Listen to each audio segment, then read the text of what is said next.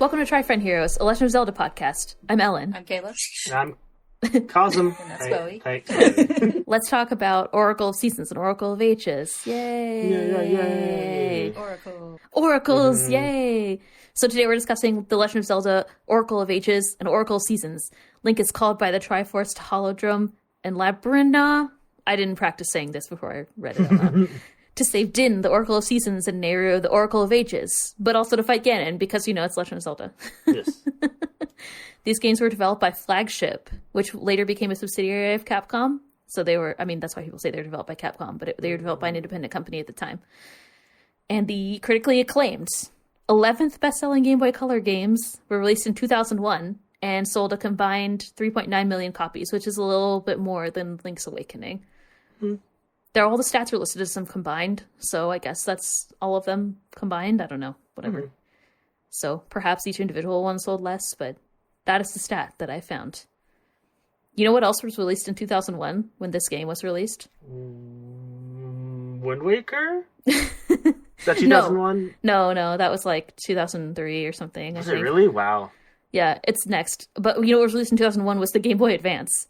I was like, this is pretty late in the Game Boy Color library. Yeah. And then I realized, so this game was released in like February 2001 in Japan, and then May in North America, and the Game Boy Advance was released in March 2001 in Japan. Wow. Yeah, so like 1 month later. But then I also looked, and there were Game Boy Color games being released until like 2003 or 2004. That's true.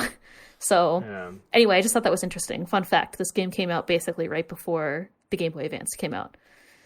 And technically the next like new content that came out after this was the port of Link to the Past. So we already talked about Link to the Past. And it was also developed by Flagship, which we didn't talk about at the time. So the port was? Or yeah, the port was. Oh, I don't know. Neat. Well, these games were apparently originally designed as a port of something. I don't know what it was, but then it became like so different they decided to like pitch it as a new Zelda idea. 1. Oh, okay. I see. Yeah. I see. Yeah. There's a lot of sprites that are exactly the same, and a lot of bosses that are exactly the same, and a lot of music that's exactly the same, but and a lot of music that's new. But yeah, well, sprites are very reminiscent of Link's Awakening.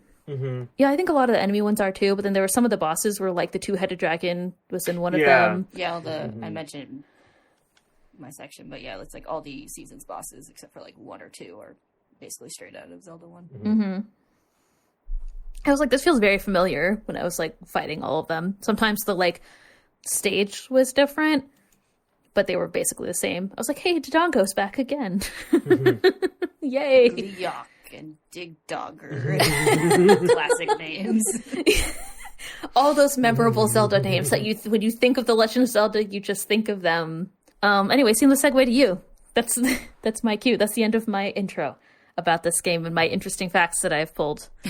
Oh, I guess, wait, one other interesting fact. So this was developed by Capcom, and it was supposed to be a port. And then they were going to do 3 games, which would make sense per Zelda. Well, with Nayru, Farrer, and Din, too. Yes. Yeah. I think Farrer is the one that didn't get kidnapped. But then Farrer hanging out in a tree the whole game. Yeah. She becomes like the Oracle of Secrets. So there's the Oracle of Seasons, who's Din, the Oracle of Ages, who's Nayru.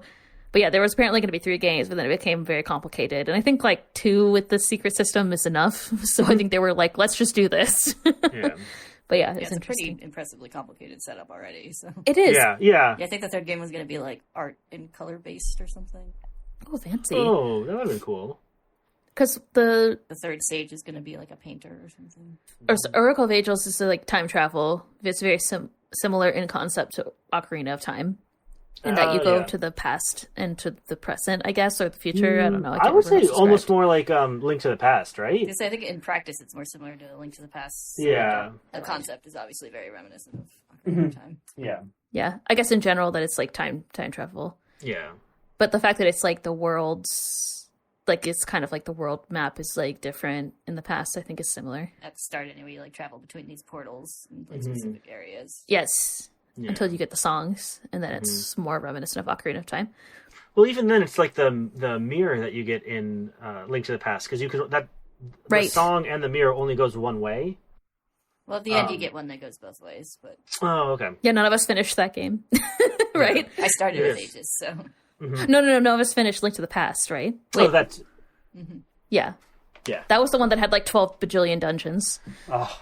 But yeah, you mentioned... Ages, you go, like, you start out with just the one that can activate Yeah. portals, and then you find the one that only goes one way, and then at the end you get a song that can let you just kind of... You can do change whatever you time at will, basically. Oh, you know, I know we mentioned it last episode, but do we want to refresh everyone's memory on what games we played? Oh, yeah, we could. I was Okay. thinking we should do a stack rank at the end, now that we've played more. Unless we talked about it last time, which I forgot. Oh, no, I meant that, like, you played Seasons, Oh. Kayla played Ages. Yeah, yes. Yeah. I played all of Ages and got about a third to a halfway through Seasons, and then watched a video of the rest. Good job. You played the most. I finished Oracle of Seasons, and I didn't play Oracle of Ages at all. I just watched the playthrough. And, and I played it on 3DS, and you played on 3DS also, right? Yeah. Yeah. And I played Seasons on the Game Boy. Oh, you actually had it? No, it was You played an emulated. emulator. Okay, yeah. But I didn't get very far for various reasons. Mm-hmm. Yeah, no need to go into detail. He explained about the that. reasons to us. It's not important to you, the listener.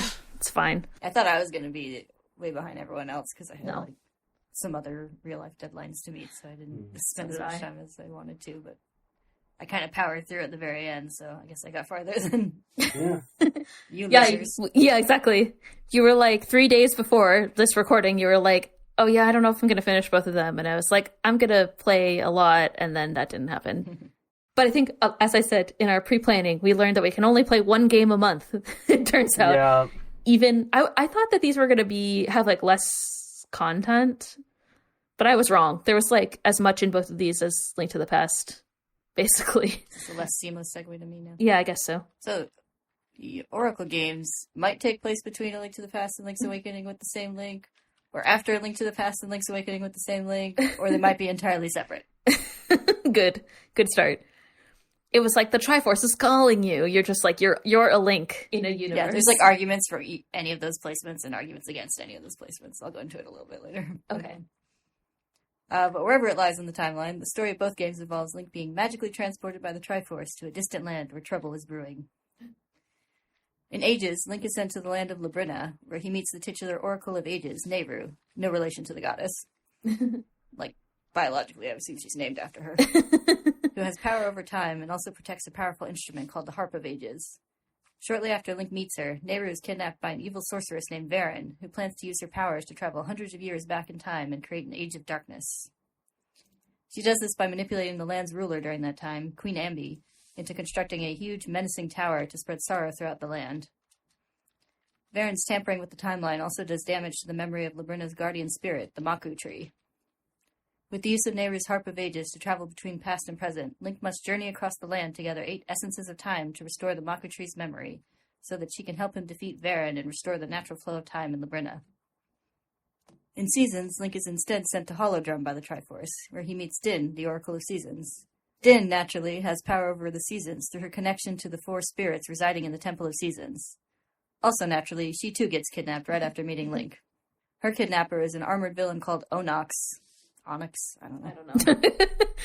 Your guess is as good as mine. Who seals her in a crystal within his castle and sinks the Temple of Seasons into the underground land of Subrosia, which throws Holodrum into chaos, rapidly shifting between spring, summer, autumn, and winter with no rhyme or reason. Onyx's tampering also does damage to this land's guardian, Maku tree, and he sends Link to collect the 8 essences of nature in order to break the seal at Onyx's castle and restore the natural order of the land.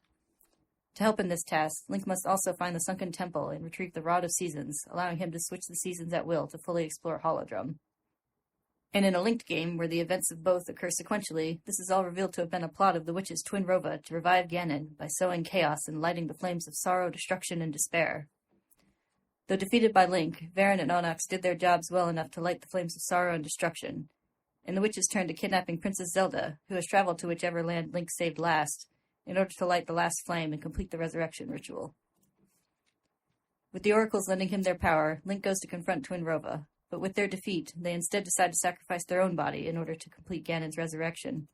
And everyone's favorite magical pig demon returns as Link's final foe. He's my favorite magical pig demon. That's true. It's a pretty competitive arena, but... Well, it's like him, and then like the parents from Spirited Away that got turned into pigs. Are there any other evil magical pigs? Hold on, I'm thinking. Oh, no, that's a bull. I was going to say that. Oh, like in The Last Unicorn? I'm pretty sure I made a reference to The Last Unicorn when we were talking about Ganon the first time, because it reminds me of that. His sprite reminds me of that. Yeah. It's sort of a boar-like bull, so... Yeah. Well, it's like it's got horns. Pigs don't have horns, so that's how you know he's evil, right? Yeah. Yeah, okay, so we found two different other characters. That's sufficient, right? Anyway, Link defeats him once again and rescues Zelda, finally and fully bringing peace to both lands. And then he goes sailing off on a boat, possibly to get shipwrecked and sucked into the dream of a flying whale god. Who knows? That can't be canon, because isn't Zelda with him at the end, too? Can't be Ganon either. Hey. I think he's on the boat alone. Okay, he might be on the boat alone, to be shipwrecked. Yeah, so it's like, as far as the timeline, the first official, quote-unquote official timeline that Nintendo released had it between A Link to the Past and Link's Awakening. Yeah. I feel like the ending of the game is kind of trying to hint to that with him, sailing away since Link's Awakening starts with him on a sailboat. Yes. Getting shipwrecked. Yes. But then a later edition of the timeline they put out has it after Link's Awakening. Okay. So I guess he went to some non-documented place and then sailed back to Hyrule and got shipwrecked. And then went to Labrynna and Holodrum, and then sailed back to Hyrule again. Okay. And got shipwrecked. You think after getting shipwrecked, he would not... Maybe it's after Wind Waker. Yeah, maybe. But then it doesn't really make sense that it's connected to either game, because, Zelda has to introduce herself to him. You're asking questions. I think the Triforce is... So the Triforce is established to be in the Sacred Realm, which is, a different universe, right? So if the Triforce can, it doesn't live or reside. If it exists in a different realm, couldn't it just pull Link to a different universe? Question mark. I guess so. I got it all figured out. Alternate universe Zelda. And then they're like, I don't know. Link seems I'm not to be sure. an established hero in the realm, though. That's true. Impa's like, oh, it's you. Impas always know. They always know everything. I heard about you. Can you save this place? Maybe Impa is like Rick from Rick and Morty, and just there's all the Ricks know things. And Zelda's just the Morty. I don't know. I'm not sure. But Twinrova also wants to resurrect Ganon, and it's canon in Ocarina of Time that they know about him for... Wait, aren't they Gerudos in Ocarina of Time? Yeah, and his foster mother. Right. Yeah, although in the official timeline, these games all take place after Ocarina of Time, because I think it's in the hero's downfall that these are in. So. Right.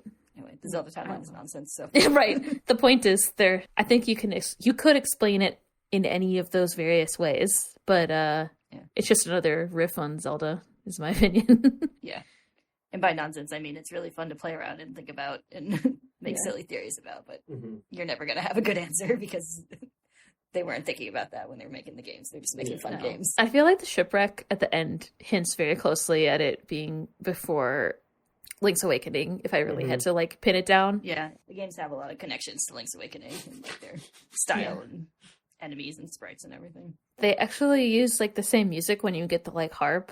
It plays this. I think it's the same as like when you get the instruments, like the Windfish's instruments. So, you know, if you're all in the Windfish's subconscious or whatever, and it's like you and the Windfish are dreaming together, then maybe it's all like Link's inner music monologue. I was like, where am I going with this sentence halfway through? Also, you didn't disappoint. I really love Link's Awakening. I just love to think about how it's like a crazy dream and it's like the best. I just love it so much. That's all. Anything that I can like justify using Link's Awakening makes me chuckle and makes me happy. The Windfish was a psychedelic whale with wings. Anyway. Tiny wings. Tiny wings. He doesn't need wings to fly. He's like a dream whale. Anyway, I was happy that Twinrova came back, except they didn't have like a crazy dialogue like they did in Ocarina of Time, which was disappointing. It's fun to see them in 2D. There are a lot of like I think this is might be the only game we get 2D Zoras and Gorons in. Yeah, I don't know. So far, at least. Yeah, you just said you didn't like the Zora sprite. Yeah, I found it a little unsettling. It's the horrifying eyes. It's because they don't have as much detail. Like, they kind of have soulless eyes. Like the Zora tadpoles from Majora's Mask. Yeah. Okay. Yeah. That's true. It does look like that. And they were sort of creepy also and unsettling. But everything in Majora's Mask is creepy and unsettling, so it didn't seem out of place. The Gorons looked pretty good. Mm-hmm. I enjoyed the 8-bit renditions of their music, of the Goron music. Mm-hmm. It's like, that's great. Mm-hmm. I enjoy this. So, as far as the characters go, it at first seems like it's not going to have our classic trio of Link, Zelda, and Ganon, but they both show up in a linked game. So, mm-hmm. But we mostly got Link, and Impa shows up, another variation of Zelda's handmaid and nursemaid. It looked more like the older game. Yeah. Impa. Mm-hmm. Not like... Old lady Impa. Yeah, not like Sheikah, badass Impa. Yeah. Although I would have enjoyed that. We got the Maku tree, which exists in both lands. Definitely not the Deku tree. Dude, and one's a... Tsundere girl. Falls in love with Link, because of course it does. I thought it was weird and funny. I like every time you're there, then the Deku tree's like, or the Maku tree's like blushing, like, oh, it's you. I said I was gonna marry you, but I don't remember anything. Yeah. Oh no. It's like normal at first, and then like you save her in the past, and then she's like, one day I'll marry you, and you're like, oh god. It's a good thing that she's like a tree and can't move.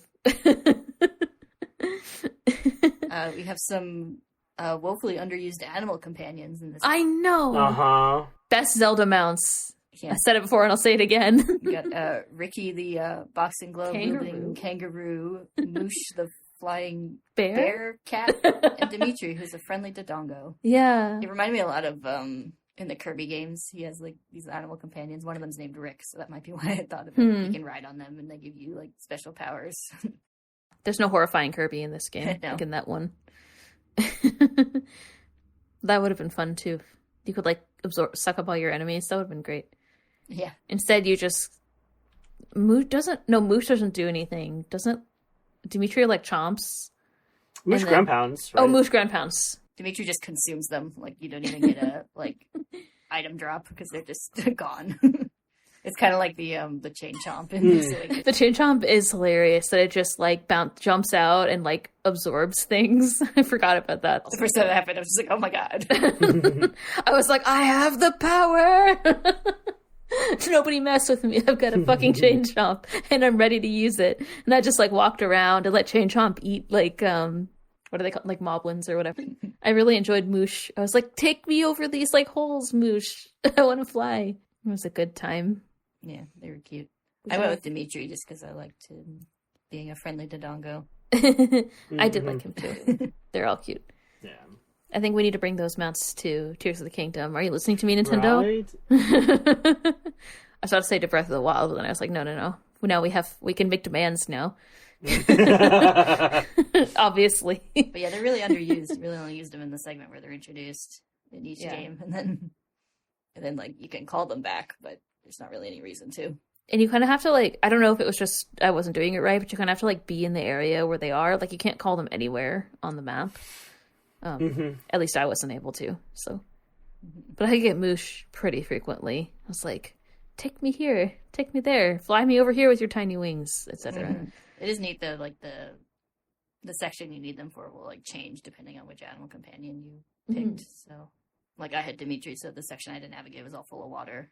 And then you had the sages, Nayru and Din, and Ferrari tucked in a in a tree. And then the respective villains who were just kind of there to be villains. Did they really have motivation other than be evil? I don't know. The Twin Rova wanted them to ultimately resurrect Ganon, so they sent Onyx, and Varen to like get the oracles to sacrifice them to light the other flames, and then they were going to use Zelda, which I guess makes sense. I guess she could be an oracle. I don't know. Like called them from the darkness or whatever. But I don't know if that means they like created them or they were like, I don't know, evil spirits or something. But I don't know. I assume they're kind of like evil people that existed that could be manipulated by Twin Rova to like do their bidding. But I don't know. Yeah. It seemed like they weren't theoretically not powerful enough to resurrect Ganon fully without them, without getting help. I guess that's the implication. I don't know. I'm just thinking about it right now. I just didn't ask questions. You're like, Ganon has to be. Like I had to go back and like, wait, why did you have to collect these essences again? Yeah, I know. Well, while I was playing, I was like, the voice is like, go to this place, and you're just like, okay. But then later, I was like, what was I doing? Why was I getting these? I think in both cases, you have to restore the tree's memory or whatever, and then somehow that helps you. I don't. Yeah, then they like give you a giant seed that breaks the barrier on whatever final dungeon it is. Yeah, exactly. Mm-hmm. So they had similar things, but slightly different things. You know what was exciting was that Tingle was back. Oh, yeah. Yeah. And also the Big Goron was back. Mm-hmm. And the Song of Storms makes an Yes. appearance in Seasons.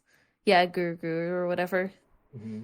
I was like, this is great. 8-bit Song of Storms. Yeah, it was nice. Yeah, it made me happy. Oh, and you know what level returned? Jabba Jabba's belly, the greatest Yeah. possible level. It had a different nauseating visual effect this time, I noticed. I really like the tiny Jabu Jabu in the past. Mm-hmm. Yeah. I feel like there was like the past. So like in Ocarina of Time, you go forward like 7 years or something, or like 9 years or whatever it is. I forget. 10 years. 7. Okay, so I was right. Yeah. So you go forward like 7 years, but in this, it seems like you go back like way in the past in Oracle of Ages, where like It's like 400 years.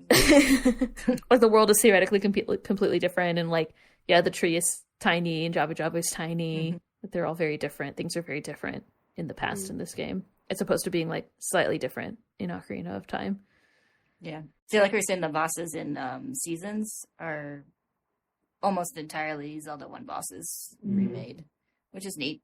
And obviously it has to do with the idea that at least the concept of a Zelda 1 remake was one of the starting points of these games. Mm-hmm. Yeah. As far as the Ages bosses aren't really too notable, in my opinion. Just kind of, I guess they're a bit more puzzly, which is kind of interesting. Like a lot of them have like you have to figure out, like all Zelda bosses have a little bit of a puzzle element, because you usually have to figure out how to use the the new item. But they have ones like the head thwomp, where you have to like throw a bomb when the certain face is facing forward, and Mm-hmm. and if you hit the wrong one, it'll start like different attack processes and stuff.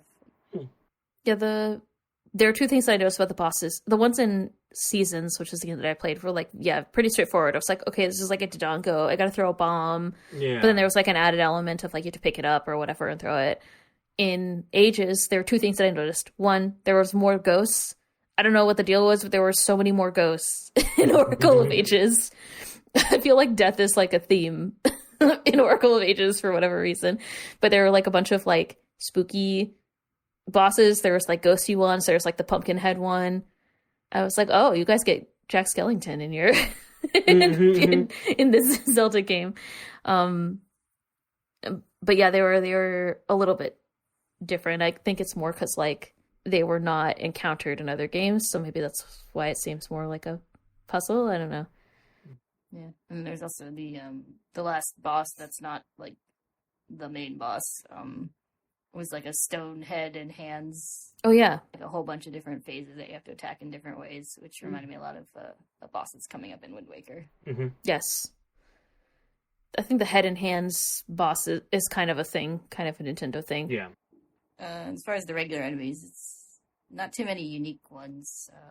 There's some that only appear in Link's Awakening other than these games, which is kind of neat. I think the only unique one I noticed was the candle dudes that you have to like light their head with the fire seed, and then they bounce around and explode. Yep. Yeah. I don't think they show up anywhere else. Are you talking about the like floaty face things? No, this was an Ages, right? An Ages enemy that you shoot with fire, and then they're kind of like bomb bombs at that point, where they run around until they explode. Oh, I see. They look like little like white candles with like a wick on the top, and then you like shoot them with the fire seeds, and it lights them on fire, and then they bounce around and eventually explode. There's this enemy in Seasons where it's like these floaty face things that you have to use the magnetic glove to like flip around. Oh, yeah. I know what you're talking about, yeah. And there's like similar things in other games, like there are things that you have to turn around. There was like those matching like the card suit things or the shapes that you had to match Oh, them. yeah, yes. Mm-hmm. So there was like similar stuff Mm-hmm. in concept, but not that specifically that I could think of. Oh, that's true. Yeah, I enjoyed the magnetic glove. Yeah, it's a really cool item. Yeah. Yeah. Yeah, there's some neat items in these games. Mm-hmm. Mm-hmm. I really enjoyed the switch hook. That too. Yeah. Yeah, it's really really unique. We don't ever see it again. I don't think, right? I don't think so. It should come back. The magnetic Yeah. glove and the switch hook are kind of like substitutes for the hook shot, basically. But you use them in like a slightly different way. Yeah. Yeah. Like the switch hook, it changes your position with something. Mm-hmm. Yeah, and then like the magnetic glove, like you change the direction and you can like float across stuff or towards stuff. So it's kind of like a hook shot in a way. It was interesting. Yeah. Yeah, they were very cool items. I think the items in this are very, very unique and interesting. Definitely the most interesting changes I've seen, I think, between any of the games, other than maybe, obviously, like, switching from 2D to 3D, you have to make a huge adjustment. But I think even then, it's a lot of the same items, but in 3D, where these are very, very unique. And, I don't know. Yeah, there was, like, some that were the same, like Rock's Feather or whatever. And then you had to, of course, like, get a bracelet to pick things up, which is so annoying. Yeah. Yeah. But then, like, one of the upgrades to Rock's Feather lets you, like, float, like, kind of fly, like Rock's cape. And then, Our bracelet sprite looks like a croissant. it does look like a croissant. It doesn't look like a bracelet. And then, like, yeah, the magnetic gloves, and then this one had, like, one had the seed shooter, and the other one had the seed slingshot. Yeah. Yeah. And I think you get like similar weapons, but it's not exactly the whole like seed thing. I don't think we talked about that, but that's I don't think that comes back in other games, but I could be wrong. There was like special seeds, like the beans, the magic beans that you can use in Ocarina of Time and Majora's Mask. Wait, you can use them in Majora's Mask too. But like the different seeds doing different stuff wasn't really a thing. Yeah, the only thing I can think is maybe Minish Cap, because I don't remember enough about that game, but I don't think it comes in any of the other. I don't know. And it had like magic seeds, was kind of replaced like magic powder, which is one of the items in other games. Yeah, and the Ember Seed kind of works like the lantern. Or the little candle thing in the first Zelda. I liked how the Gale Seed became like a warp thing. That was convenient. Yeah. It's very similar to Wind Waker, like the warp song in Wind Waker, where you can warp to the different points. There wasn't... Oh, I guess, like, well, you have, like, the ocarina can warp you to different places, but it's not, like, where you get to choose. Like, you have to know the song. Yeah. Well, I mean, Majora's Mask. That one you can choose which the of the... owl song lets you choose. Yeah. These games were interesting because, like, they reused a lot of things, but they kind of, like, changed... They reused concepts and actual, like, kind of assets, or, like, redid assets in a very similar way, like the sprites and stuff. But then, then stuff like that where it's like, oh, okay, we can make, like, warp points, like the owl and Ocarina, like the owl song in Ocarina of Time, and have that you can choose, as opposed to, Majora's Mask, as opposed to, there was, like, you could use the flute to warp in, like, Zelda 1, but you had to cycle through all the dungeons, and this one, like, gave you different points that you could pick, and it was interesting. It's definitely a game that's, like, fun if you've played other Zelda games. I don't know. Did you have others? I have no problem. It was too seamless, but other than that, I have no problem if you're done, Kayla. It was too seamless. Okay. Yeah, so, fuck. We're halfway through my segment already, I guess. You sound mad. Are you okay? Is everything okay? I'm fine. But yeah, the items in this game are very cool, unique. I think we talked about the companions. There's 3 of them. Moosh, Ricky, and... Dimitri, that's the line. A Pegasus bear, maybe? A kangaroo, and a Dodongo, respectively. Yes. And you can get a flute that corresponds to only one of them through, there's 3 different ways, one for each one, in each game. I think that's another really interesting and unique aspect. You kind of have to make a choice between who your noble steed will be. And it changes an aspect in each game where you have to use them to navigate. And that area is going to be related to your companion's strengths.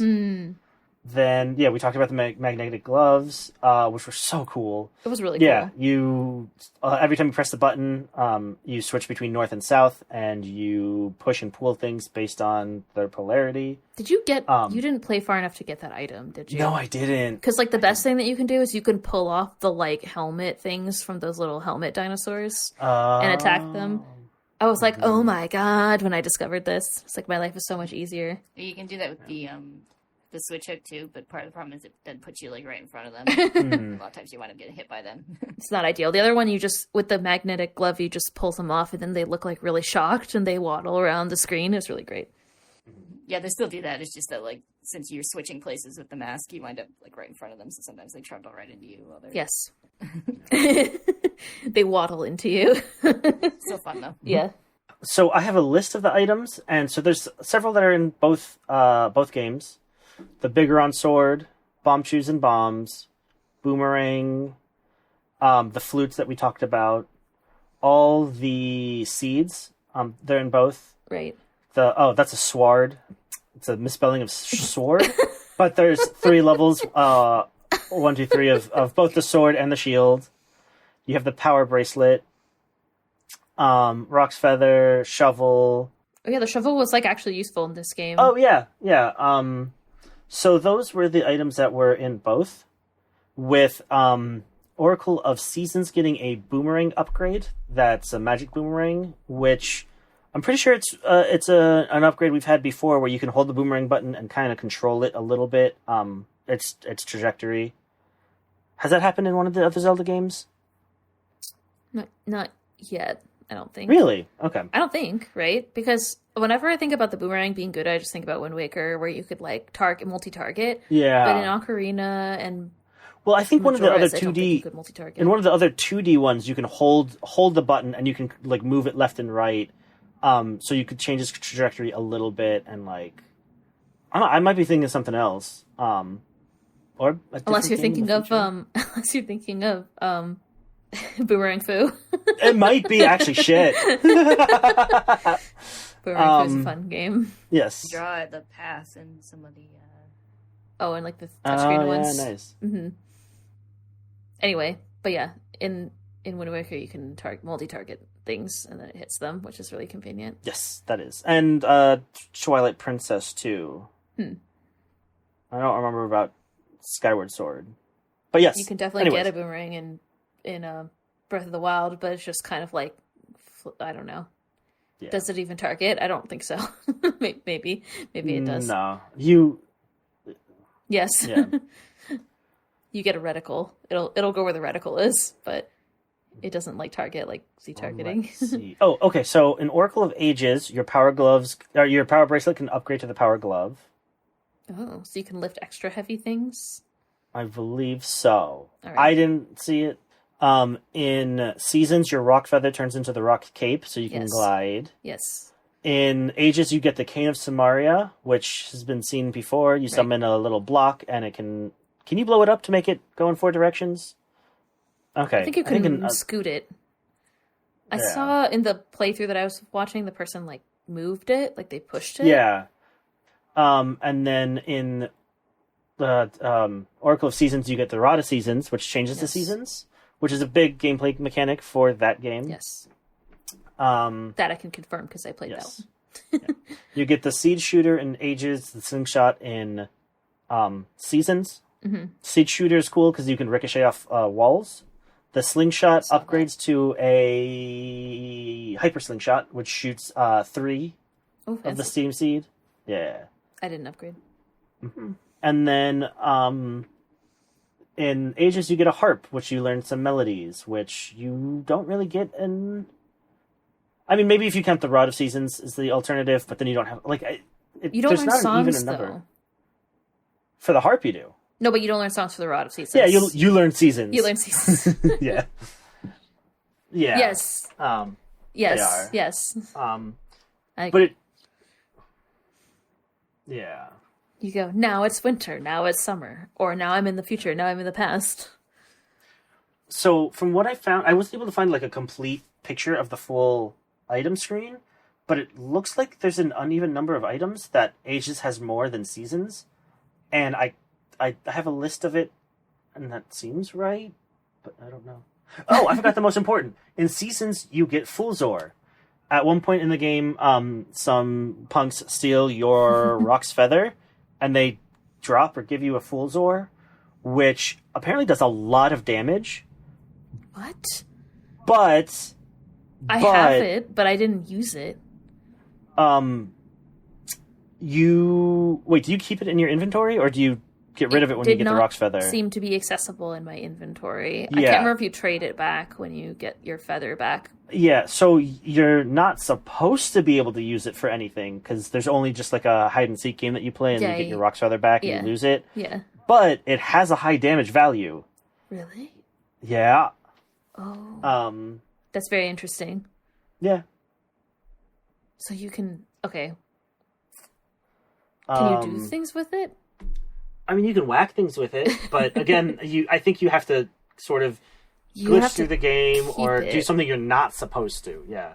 Yeah, because there's a lot of places after that's like you get Rock's Feather, and then I think like the next like kind of thing after that, then it gets taken from you. So like you'd have to do the rest of the game without it, which I guess is possible in theory. Maybe I don't know. Yeah. I didn't know that was a possibility. Here I am just playing games like you're supposed to, like a chump, sequentially and whatever.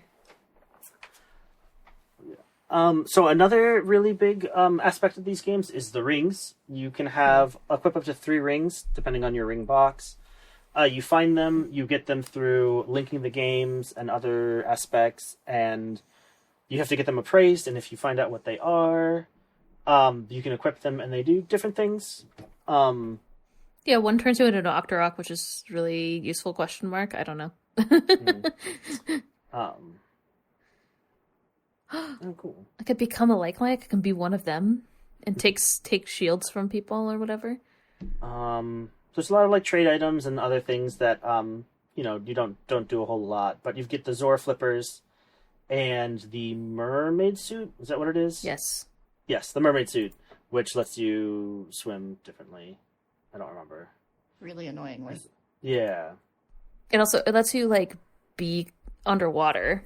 Yeah. Be a Zora. It lets you be a Zora without being. For some reason, you have to keep tapping the movement button. Mm-hmm. Like when you just said the flippers, you could just walk like normal, but but that's weird. Yeah, it's kind of obnoxious. Mm-hmm. It's like the developers are like, wait, we have to have an annoying swimming mechanic if they're underwater. Like, yeah. There's some parts where like there's like flowing water into like holes in the ground, and you have to like avoid falling into them. But then the gap between them is literally like It's like one square. One square, and like I almost died in that room, just falling down the hole over and over and over again. And this is pretty late in the game, so I had a lot of hearts, and I almost lost them all just going down the freaking holes in those. It seemed the waterfall room.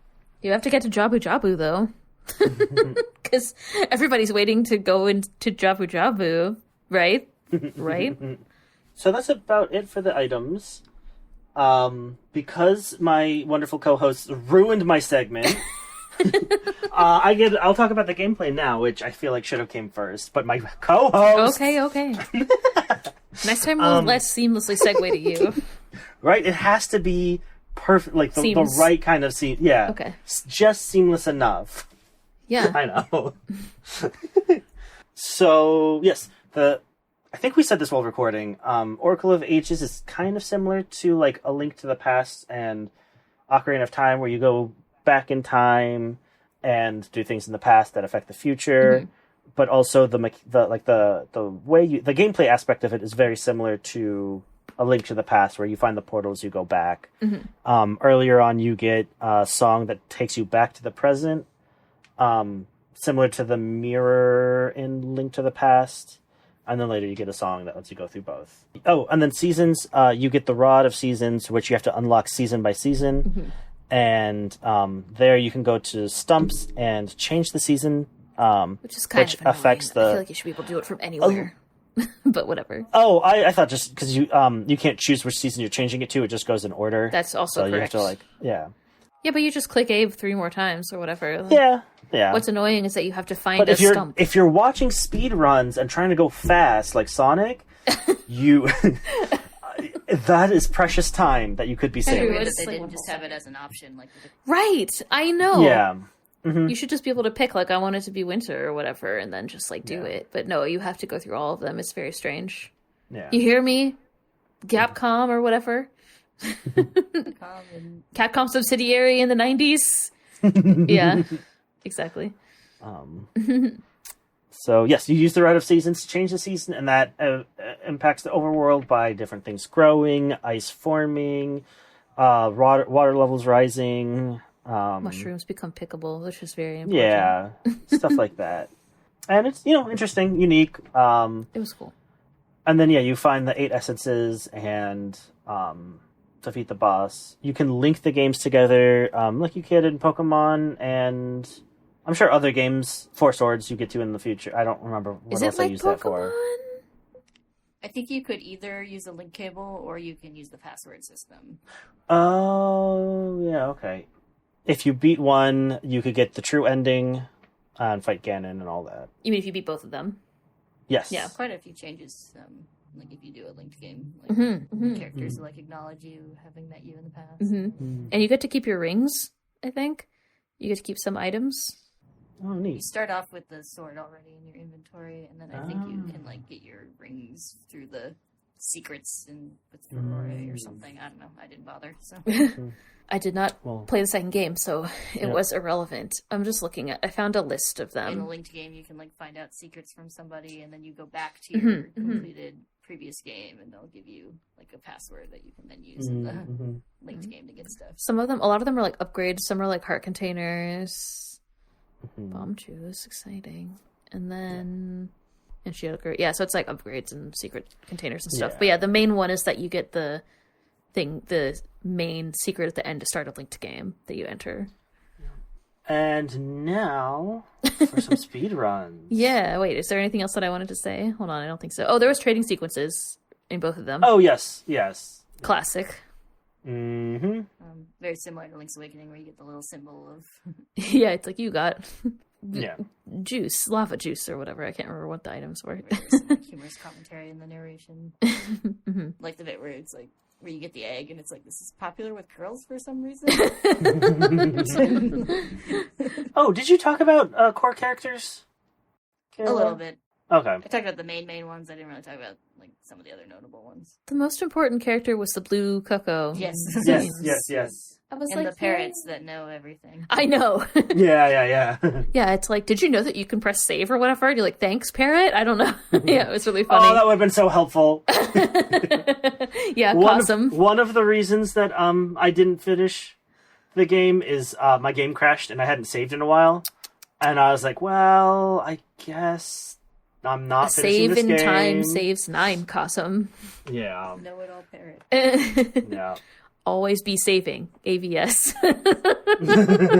It's kind of a neat storyline with Queen Ambi that starts in Ages and like kind of concludes in Seasons in a linked game and stuff because she like travels around the kingdom and stuff.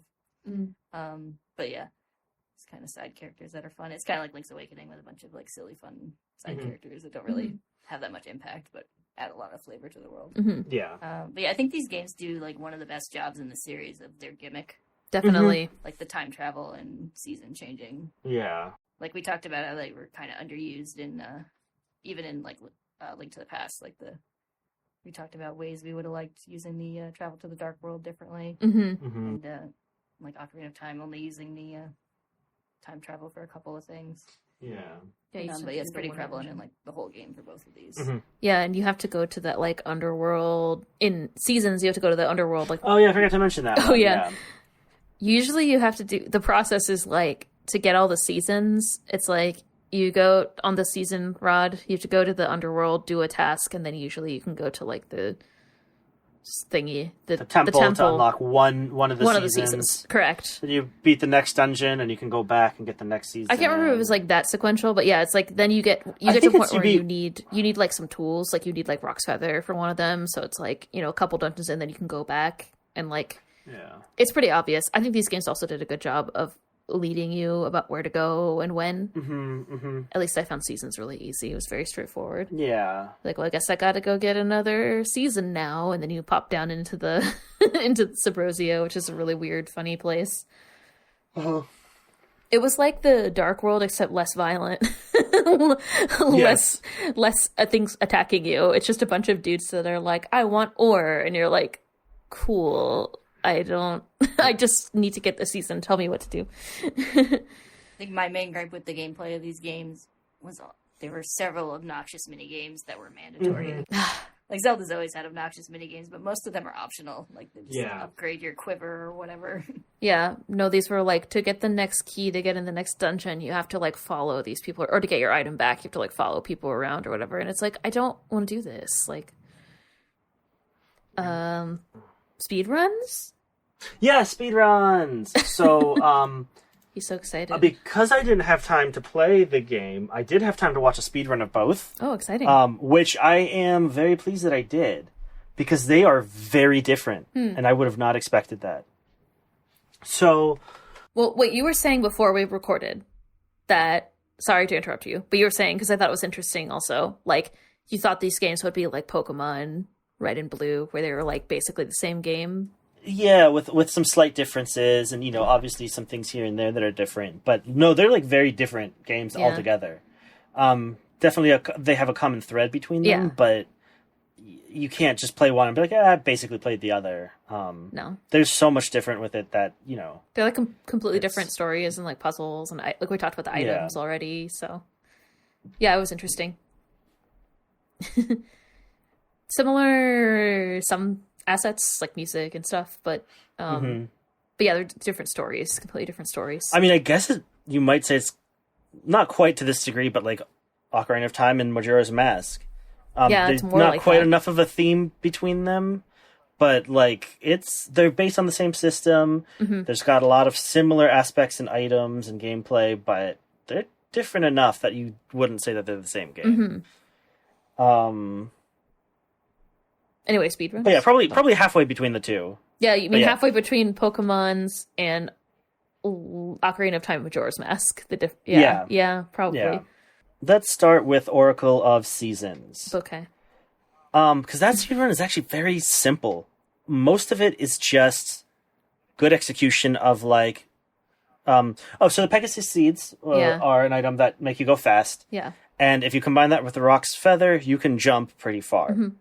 And so a lot of it is, if you're like halfway off a tile, you with the Pegasus Seeds and the Rock's Feather, and you jump, you can make it halfway across the other tile in this huge gap that you're not supposed to jump.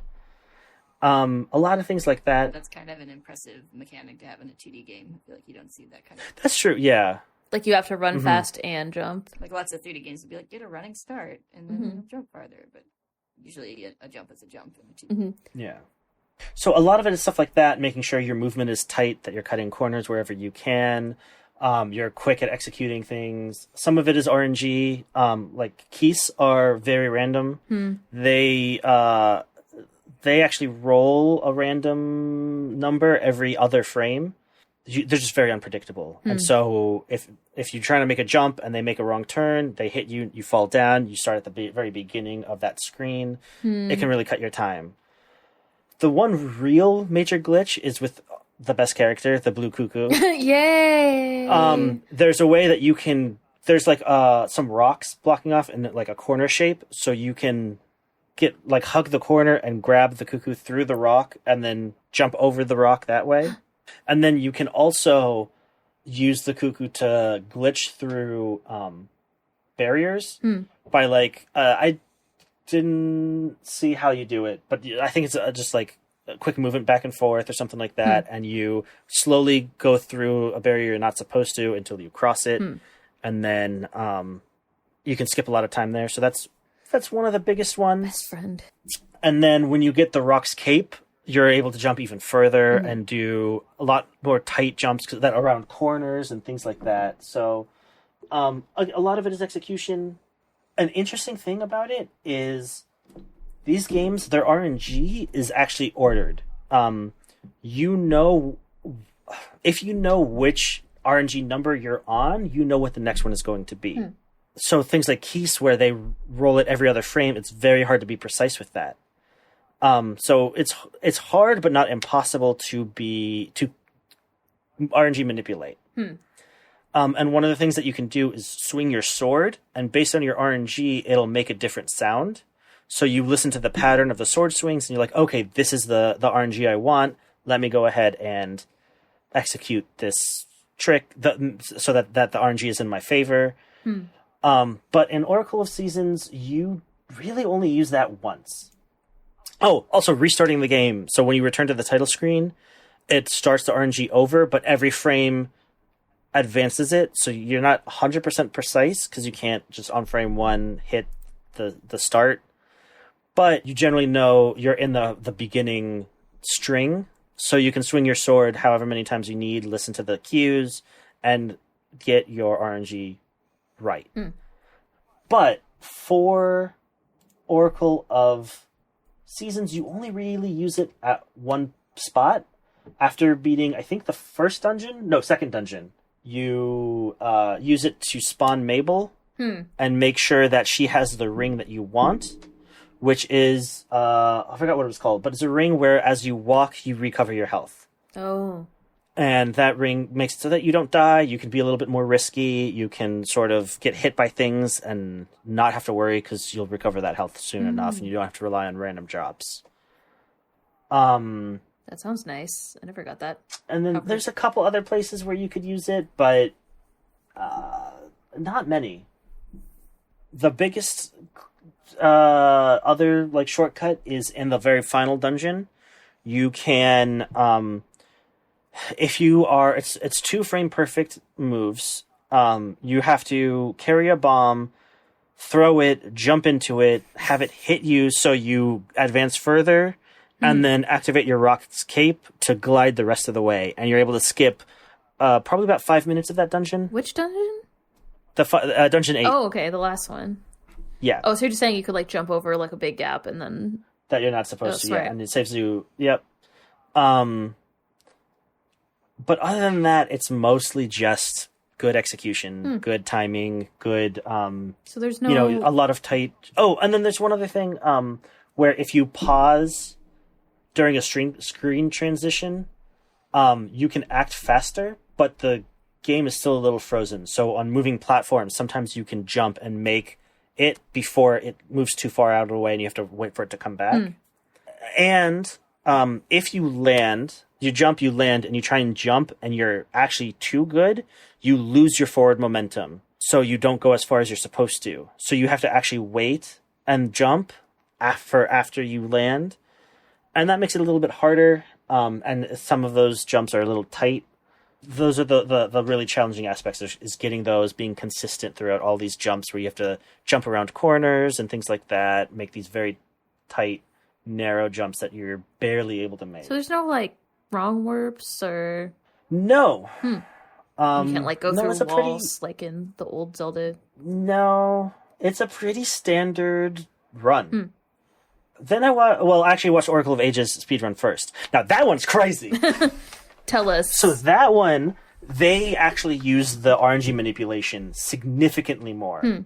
So I'm looking the RNG manipulation. Do you mean random number generation or whatever? Like random number generation? Yes, okay. The random number generation. So you can reset it.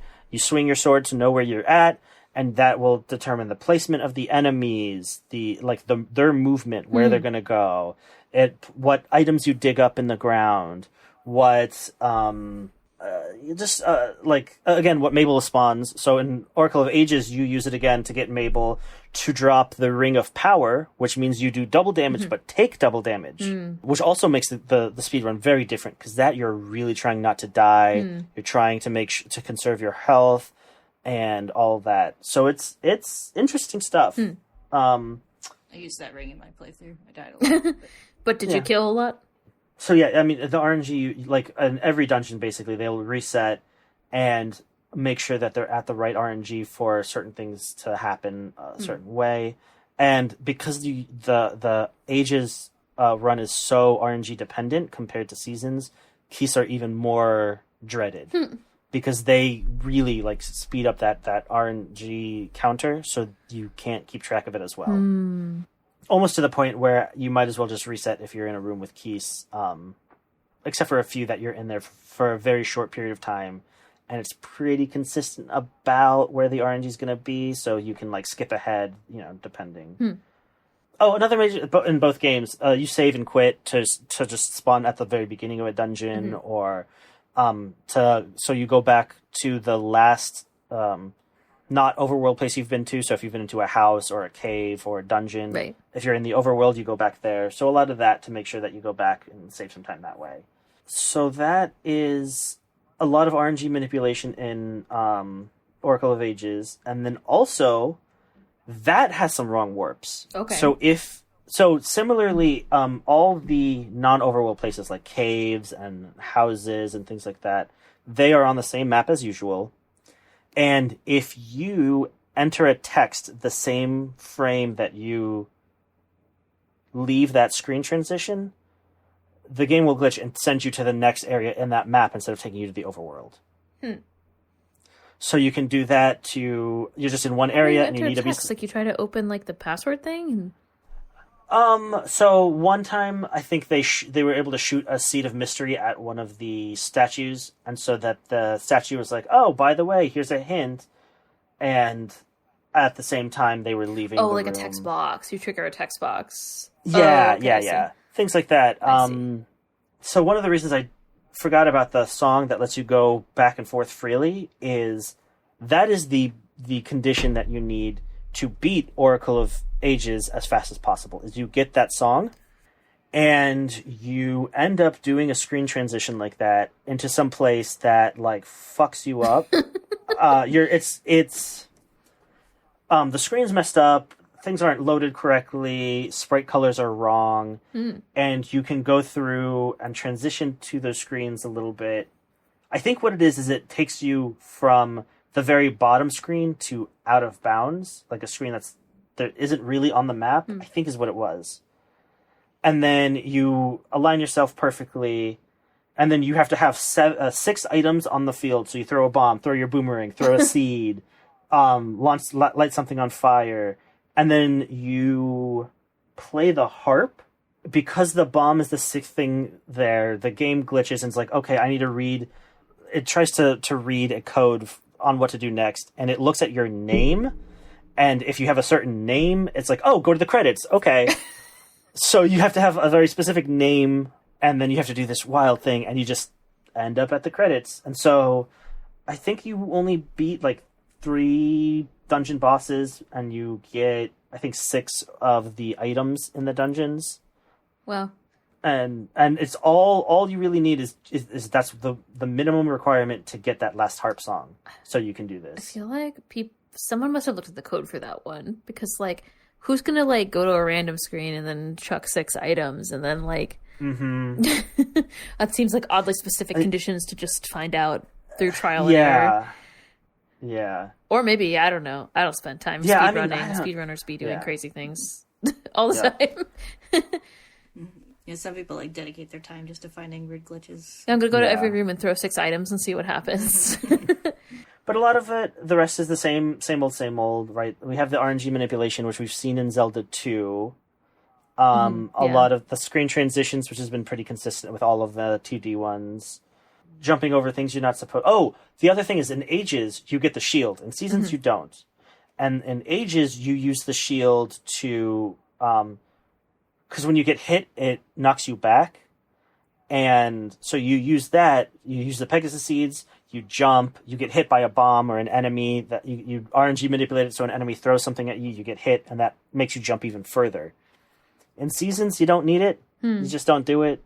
And so it was very strange, just how different the playthroughs were, because like one is I think it's pretty tame, all things considered. You don't have a lot of really crazy glitches, but there's enough in it that you're like, oh, this is really like interesting and cool and like manageable. I feel like Seasons is pretty much just play the game and just get really good at doing the movement.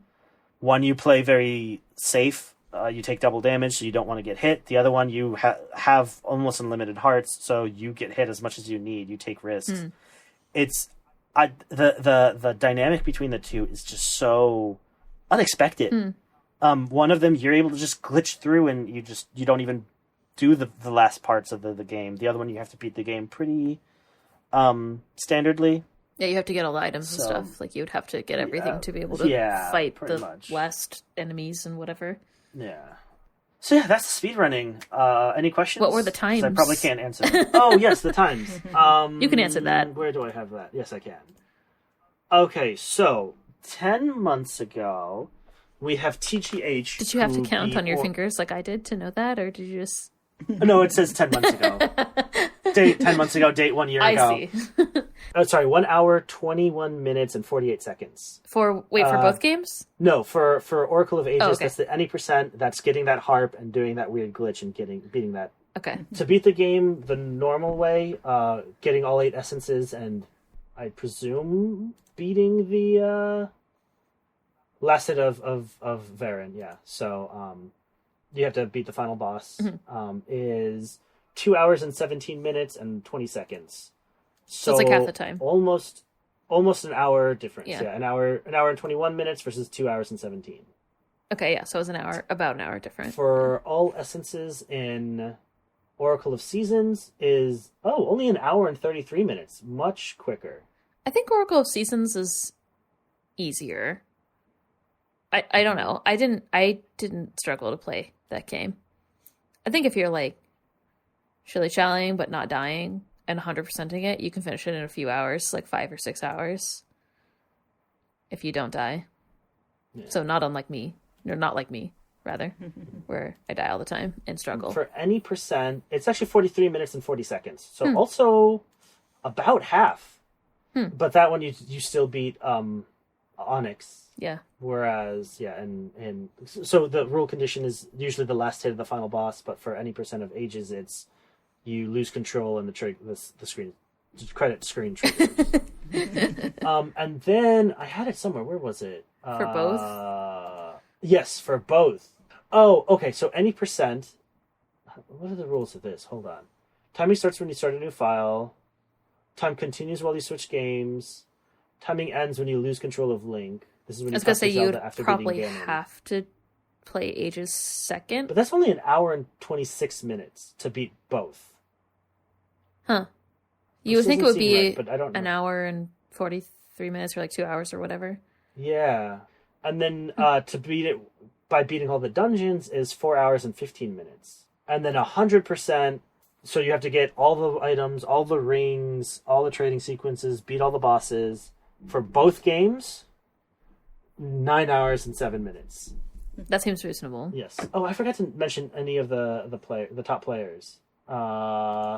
Give them the credit. Disrespectful, not how rude. So 100% of both games, the 9 hours is by Dren, who's from Canada. Whoa. Yeah, and that was about a year ago. Actually, all of these are just from a year ago, so it seems like a fairly new category. And there's only 4 entries, so I don't think it's very popular. What? Oracle of Seasons and Oracle of Ages are not popular? I don't playing both of them specifically. Yeah. Playing both games and beating the like just all the dungeons. French player Sagas, 4 hours and 15 minutes 2 years ago. Someone had the record for 7 years. Wow.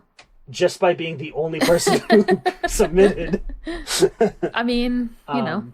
And then, and so that only has 5 entries, and then just any percent of the games is a Japanese player called Orima R. Okay. And there's 13 entries. Okay. Oh, okay, here we go. 8 years ago, 5 years ago, a bunch of years ago, it was like 3 hours and 40 minutes. And then a year ago, it went down to an hour and 50 minutes. So they cut it in half sometime within the last 2 years. Maybe they found the crazy 6-item glitch or whatever. Yeah, it could have been that. I'm not entirely sure, but a mystery. And then for just playing Seasons, Orima R also has the number 1 for any percent. 3 months ago. Oh, good work. Fresh. Also only nine entries on this. By the time this comes out, it'll be 5 months ago. Or whatever. all essences. So beating all the dungeons, has 77 entries. There we go. And TGH, my man, you got an hour and a half. H's, TGH again for any percent, and the French player Sagaz, I don't know, for all essences. So, way to go then. Exciting. Yeah. Good hustle. Good hustle. Yeah. Good doing the clickety clackety and the slashy or whatever. I don't know. I have one last bit of speedrun trivia, maybe? Tell us. So in Oracle of Ages, Dimitri is the fastest companion that you want to get. In Oracle of Seasons, I think Ricky is the fastest, but Moosh is a little bit... It's not behind by much. And people don't like Ricky, because one thing is Ricky's not as reliable jumping over gaps. Sometimes he'll just fall in. Moosh, you can spam A to get him to like float longer. So it's not that much of a difference, except for Dimitri, which is 5 minutes slower.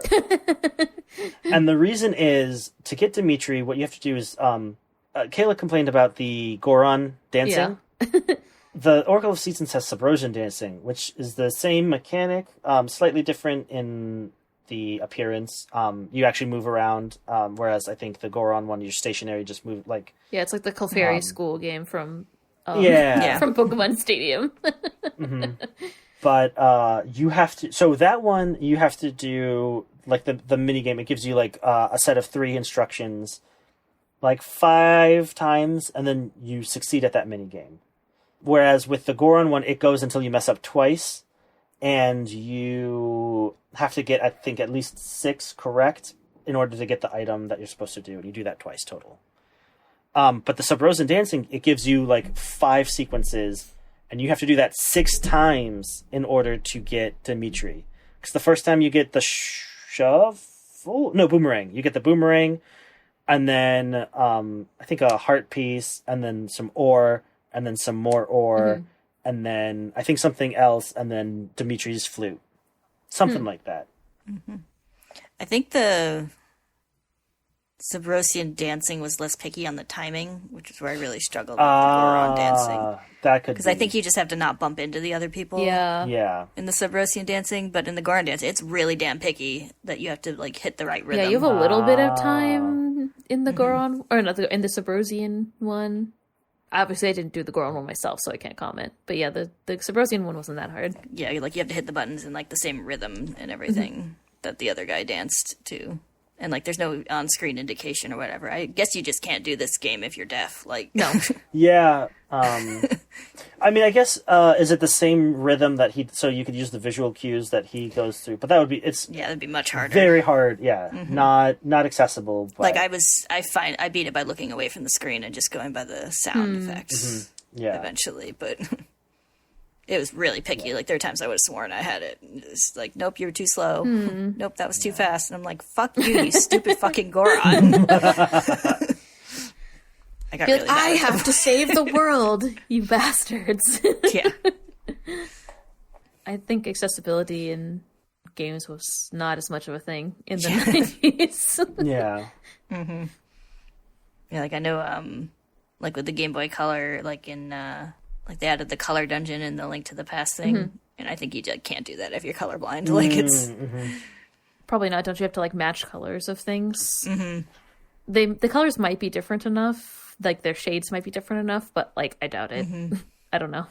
Yeah, I'd have to look at. There's some color mechanics in this game, but they're not as like you can probably fudge them compared to like the whole dungeon. Like the face, the color changes on the face. Like you have to find the right face, but it has an expression. Yeah, it has different expressions and stuff. Yeah, I'm trying to think of other color mechanics that would be maybe hard. the block pushing, but I had trouble doing that even with my full color vision, so might have been better off just messing around and pushing it and hoping for the best. There's like color signals where they're like blue or red, but usually it's just like on or off. Like I think you can, and like the magnetic glove, the colors change depending on the magnet. You can basically set the magnetic glove to have like different poles, if that makes sense. So like you can repel things or repel yourself or pull yourself toward things or pull things toward you. depending on like what I think it does also say N and S for north and I south. think so. But the color of the glove changes. I forget. It does. Yeah. Yes, that is true too. But I mean, like it would be obvious by you and with doing that, there's it. there's only 2 options, so Exactly. be a little annoying, And you can't but actually can figure it out easily. You can't choose anyway, so it's just like whatever the first one is. So you just like you click the button until it does what you need it to do. So yeah, we haven't ever really talked about that. I think we talked about things being like nauseating and stuff in other games, which would also be a relevant, like limiting. Yeah, well, Zelda games don't have a lot of the like. At least so far, haven't a lot of the like flashing, classic like accessibility issues like subtitles and stuff because there's not really voice acting or anything. Not yet. Not till Breath of the Wild. Yeah. Was there voice acting in Twilight Princess, or was there just captions? I think there was only captions. I think people just make noises. Like they go like, huh? Or like, like everyone goes like, oh, and then it like has their little dialogue box. Yeah. Except for Midna, but she's speaking a nonsense language anyway. That's true. She just makes noises. But you can understand her because you're a wolf or whatever. I don't know. Yeah. Oh, so speaking of colors, yes? I think the color dungeon was in the Link's Awakening DX, right? Yes. And that gave you the different. I think I said Link to the Past. I meant Link's Awakening. That gave you the different either bonus health and attack, or is that only in the Switch version where it did that? I didn't play it, but I think it is available in the DX version, like the because you get to change the color of your tunic, right? I don't Isn't that remember. what that's about? It lets you do that in the Switch version. Let me look it up. Oh, new color, clothes red or blue. Double your attack. Oh, to double your attack, choose red, and double your defense, choose blue. Okay, so that is there, yeah. Because you don't change your tunic color, but you have red and blue, which are the colors of the tunics there. And I think in Link's Awakening, you get a red tunic, which reduces your the damage you take by Link to the Past. You get a red tunic that reduces your damage in half. So I feel like that's a missed opportunity, but no. You mean you get the ring? Is that what it is? I think so. I thought you got a red tunic somewhere in one of the games. Don't remember getting it too. Well, I don't know. I feel like it changes your color. If you wear the ring, you mean? Yeah. Okay, yeah, you do get blue mail and red mail you do. in A Link to the Past. Yeah. Oh, yeah, sorry. Oh, you get both colors. In Oracle. You get... Oh, no. Yeah, in Link to the Past, you get blue mail you do. and you get red mail. That reduces your damage, I think. Yeah, if you choose one of the things. And... what does the blue mail do? I think blue gives you half damage, red from gives enemy you... attacks. Yeah, red gives you it's 4 times. Yeah. No, in Link to the Past, it means you take a quarter damage now instead of half the damage. So green you take normal, blue you take half, red you take a quarter. Oh, okay, I see. So yeah, that color scheme has shown up in 2 different games. So it would have made sense, but they didn't, and that's fine. It's fine, whatever. It's fine, whatever, Capcom, whatever. Like, I'm not mad, just disappointed. And then, but you got like items that kind of do the same things as like, because the blue tunic in Ocarina of Time lets you go underwater, and the red one lets you go in hot places. Go in the volcano. So you get like the mermaid thing that lets you go underwater in Ages. True. So there's that. There isn't really a fire thing. Oh yeah, Ocarina of Time has both those colors too. Wow, how could I forget that? Yeah, I thought that was like the best game ever and whatever. I guess Majora's Mask doesn't have them because you have a lot of masks instead. Yeah, you just turn into a... You just scream. Yeah. You turn into a Zora or a Goron instead of needing tunics that give you the same powers. So missed opportunity, that's what I'm hearing. Yeah. Is it time to seamlessly transition to visuals and music? Let's do it. Right. Seamless. We're back to 2D.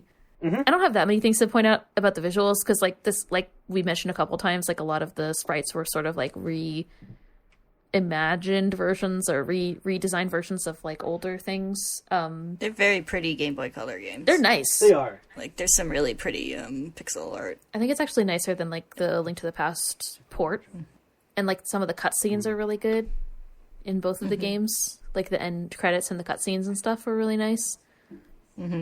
Yes, I enjoyed those. I thought that it was nice. Like I didn't have a lot of things to say, but I did notice the wiggly visuals, like when you're swimming underwater And they use this sort of like wiggly transition a lot. And by wiggly, I mean it's like shifting pixels from left and right as this like a PowerPoint transition animation, right? Yeah, basically like a. And in the, I didn't play the game where you have to do the mermaid's cave or wear the mermaid suit or talk to the Zoras or go in Jabba Jabba's belly. But it was slightly nauseating to watch in the thing, so I don't know how it was to play it. But I didn't really notice it. I think I was so focused on moving around on stupid being really mermaid focused thing that I didn't really notice the visuals. Yeah. Because I watched it in, like on YouTube. It was like a different experience than trying to struggle play through it myself. Trying to focus on not the going through the swirly things that suck you down or whatever in the water. Yeah. But yeah, they used that sort of like effect underwater, and then they also used it a lot when you're like transitioning thing, like like when the triforce like warps you to either Labrynna or Holodrum. It has this like kind of wiggly distorted effect that's also made by like the same thing where it's like pixels that are shifted left and right, basically. I'm using wiggly loosely to describe this. Yeah, that was something that I noticed, basically. I think we talked before about how Game Boy... this is for Game Boy Color. Link's Awakening was for Game Boy Color also, I think. Well, it was for Game Boy, and then they ported it to the Color. Game Boy Color. Right. But was there, other than Color, was there a graphical improvement in their capabilities, or was it just... same graphics, higher bigger screen. You mean between the Game Boy and the Game Boy Color? Yeah, it's like slightly bigger screen and color. I don't think that it was a higher pixel count or anything like that. I don't think it's a higher. I don't know. Like I didn't research that, so I'm not sure. I'm just talking from my perception from playing them. But like I think the screen resolution is the same. I think that's why they could like port games. I think the difference is like the ability to use color, like you said. Like the Game Boy supported like a color palette, just like we talked about how the NES supported a color palette. The light is different, so like the Game Boy has that eerie green sort of glow when the screen is on, but the Game Boy Color had like sort of an upgraded different screen, but still no backlight, not yet. And not even with the Advance. And the Game Boy Advance is like similar, but it had, I think, higher color depth and like a bigger resolution. Yeah, it was a bit more widescreen, I remember. Yeah. Because I remember you could hit the shoulder buttons to like stretch out a Game Boy game to the dimensions of a Game Boy Advance game. If you wanted to really play it looking horrible. Yeah. I think like Game Boy... No. I think it's Game Boy Advance games or like... Were they standard definition? I think that was what it was. I think it's advanced games. In that they're like, whatever, 480 pixels or something. I gotta look. I'll double check when we play the other thing. Minish Cap, which is for advance. Yeah. But yeah, I'm pretty sure the Game Boy Color... And there were multiple versions, like multiple... I don't remember if there were multiple component versions of the Game Boy Color, but there were multiple versions of the Game Boy. So there was upgraded ones later on in the life cycle of the Game Boy, I think. Okay. Yeah. And they had that Game Boy SP, which was the Game Boy Advance, which was like the flippable I think is it the Pocket? Well, the Pocket was one of the Game Boy ones. Oh, you mean the Advance? I think they also had a tiny Game Boy Advance. They had a tiny Game Boy Advance? Yeah, it was like it's like a little rectangle. Even I can't remember what it was called. I don't think it was Pocket because the Game Boy Pocket was a Game Boy Micro. Yeah, that's it. Yeah, Game Boy Pocket is. I kind of want one of those. Game Boy Pocket is the Game Boy Micro. Game Boy. Like it was the Game Boy. Yeah, original Game Boy, but in a smaller case, in a smaller form factor. Yeah, Game Boy Micro. Yeah, I kind of want one of those. I think they're cute. I'm sure that the internet has one. Oh, they're actually not terribly expensive. How much is it? Like $150 or something? $180. Okay. Oh, my guess was good. Nintendo made a lot of Game Boys and stuff, so like they're not that expensive to buy again. Yeah. Except for Minish Cap, which is apparently very expensive. Unless you get a bootleg version, which is very inexpensive. Yeah. But suspicious. Yeah. The Micro was pretty rare though, so. Yeah. But I just think they look sleek. I like them. I don't know how comfortable they'd be to play. Probably uncomfortable. Yeah. But like my opinion is that the original Game Boy Advance has the best form factor out of all the handhelds, even though like Well, I don't know. Maybe the new 3DS or whatever might be good. I don't have one. I have the flat one. It is a little awkward just because you have it- the screen over like the triggers, and it's just a little bit square. I don't know. I think the Advance is the better. Yeah, I never got the form like factor. XL 3DS because I thought it was too chunky. Like, you should be able to force it in your pocket in order for it to be a handheld, even if it's not very comfortable. Oh, right. And yeah, with our small pockets. Yeah. I have like a DS Lite, but I think I was did I send you a video that like it's not latching and the screen is like flopping backwards. No. I want to add a rechargeable battery to my Game Boy Advance that I replaced the screen in. I think I'm going to modify it again. I was like, I'm already halfway there with like a backlight screen, so now I need better battery life because I can't burn through like 2 batteries a day like I did when we were playing Link to the Past. Anyway, so back to visuals.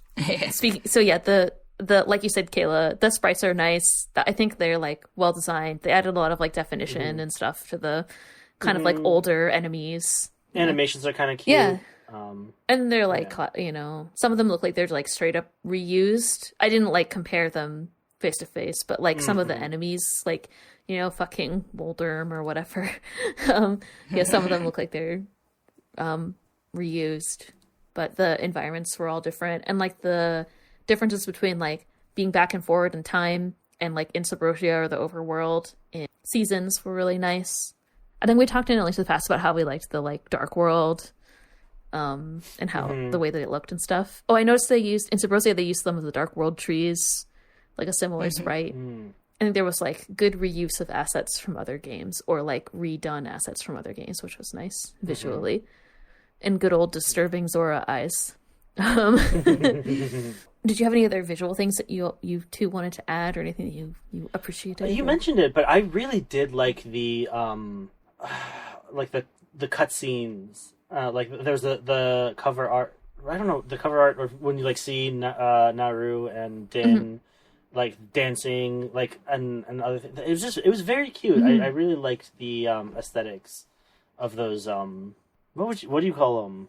Because they weren't quite a cutscene, but they were more like those sort of screen arts. Oh, yeah. What would you call that? Yeah.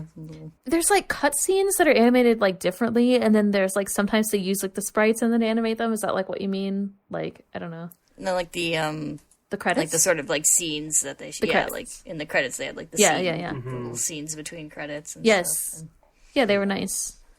it's like that thing they do in anime where it like freeze frames and turns into a painting. Yeah. Kind of like a photograph or whatever. Yeah. It's definitely like peak Game Boy aesthetic, but it's like one of the later games for Game Boy, so they probably like had experience making Game Boy Color games by then, Yeah. You want to talk about music? Because chiptunes are back. Who's excited? I think we talked about how chiptunes work when we talked about like Link's Awakening or one of the other, probably for Link's Awakening because it was originally released for Game Boy. Actually, I probably talked about it even before that because like the NES and like SNES used sound chips basically to make noise. And basically the way they work is they like you program a sound wave basically to vibrate in a certain way, and then it makes noises and sounds like music to us, which is cool. The music this time was not done by Koji Kondo. This game was developed by like a company that later became a subsidiary of Capcom, and so the sound was also like developed by like another independent video game sound company called Pure Sound, which is very interesting. So some of the people from that company like went on to or came from other companies. Like the founder worked for Konami and Natsume before founding this like third party company called Flagship. Thank you, Kasum. Yeah. So they developed the game play and coded it and stuff, I guess. And then so the sound credit goes to this company, Pure Sound, and there's a couple people who are credited. So Kyoko Nakamura and Minako Adachi. I don't know, Kyoko Nakamura doesn't seem to have that many credits, but Minako Adachi has recently been on the music credits for like the newer Pokemon games, like where like Black and White, Sword and Shield, or like I think just Shield, one of the Sword and Shield. So like some of the newer Pokemon games.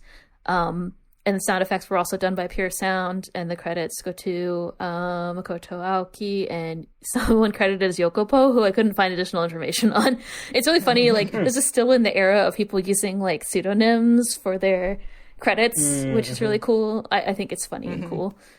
And then this is very interesting to me. So I think the founder of Pure Sound is Kiyohiro Sada, and he also created a sound driver to create sound for this company. So a sound driver, so basically, like, this is something I don't think we talked about, but consoles are a computer, right? And to run software on a computer, you have to use a specific language to talk to the computer. And basically, when you write code like today to run software, that code is usually easier for us like humans to write because it's an abstracted version of machine language. So what that means is, like, you're writing something in sort of like English semantics that then gets compiled into machine language that a computer can understand. So that compiler is kind of like a translator between, like, what you write and what the computer can understand. So a sound driver basically does the same thing. It might be like video games are used to be written in like something called assembly language, which is much closer to computer machine language. And so a sound driver is a tool that lets you as a composer like write something in a more abstracted way that would then get compiled into assembly or machine language so that a game like console can read it. So this guy who founded Pure Sound created a sound driver specifically for Pure Sound, and like so they had their own like proprietary sound driver to create sound. So I thought that was very interesting. I was like learning about how like games are actually like developed and coded. So I thought it was cool. Also, I'm not an expert. I'm sorry if I explained that in a way that doesn't like make sense or whatever, or isn't perfectly technically accurate. But he basically created a tool that lets the composer like create code that would be interpreted by a machine a little bit easier. So it's very interesting. And it was like it's a very labor intensive process because every time they change something, then it has to be like compiled and then tested like through a machine. Or sometimes they would have like basically like a test environment where they could like test what the sound would sound like in their working environment before it's like loaded onto like a like a cartridge and then like tested. A simulator, like a way to simulate the sound that they're writing code for. So it's very interesting. I just thought that was an interesting note. But the sound was created by all the sound effects and the music were created by this other company. And we kind of talked about this before, but there's some new good music. Some of the things that I liked were like the Mermaid's Cave and like Jabu Jabu's Belly, and also the Unicorn's Cave background music in Oracle of Seasons. And then we had some songs that returned. So since there were Gorons, the Goron theme made an appearance, which was cool. I was like, oh, it's happening. We're in the Goron cave. And the Song of Storms, or like the windmill music. We talked about this. The main theme. Yeah, the main theme. There's like multiple main theme versions. There's at least 2 different main theme versions that I heard offhand. But yeah, I think there's definitely like multiple variants. And then like internal like house music and like the cave music when you go in caves is reused or like maybe like remastered or whatever, but seemed pretty similar. And then I also talked about like when you get the harp, it uses the same sound effect like from Link's Awakening when you get the magical instruments. Yeah, exactly. Yeah.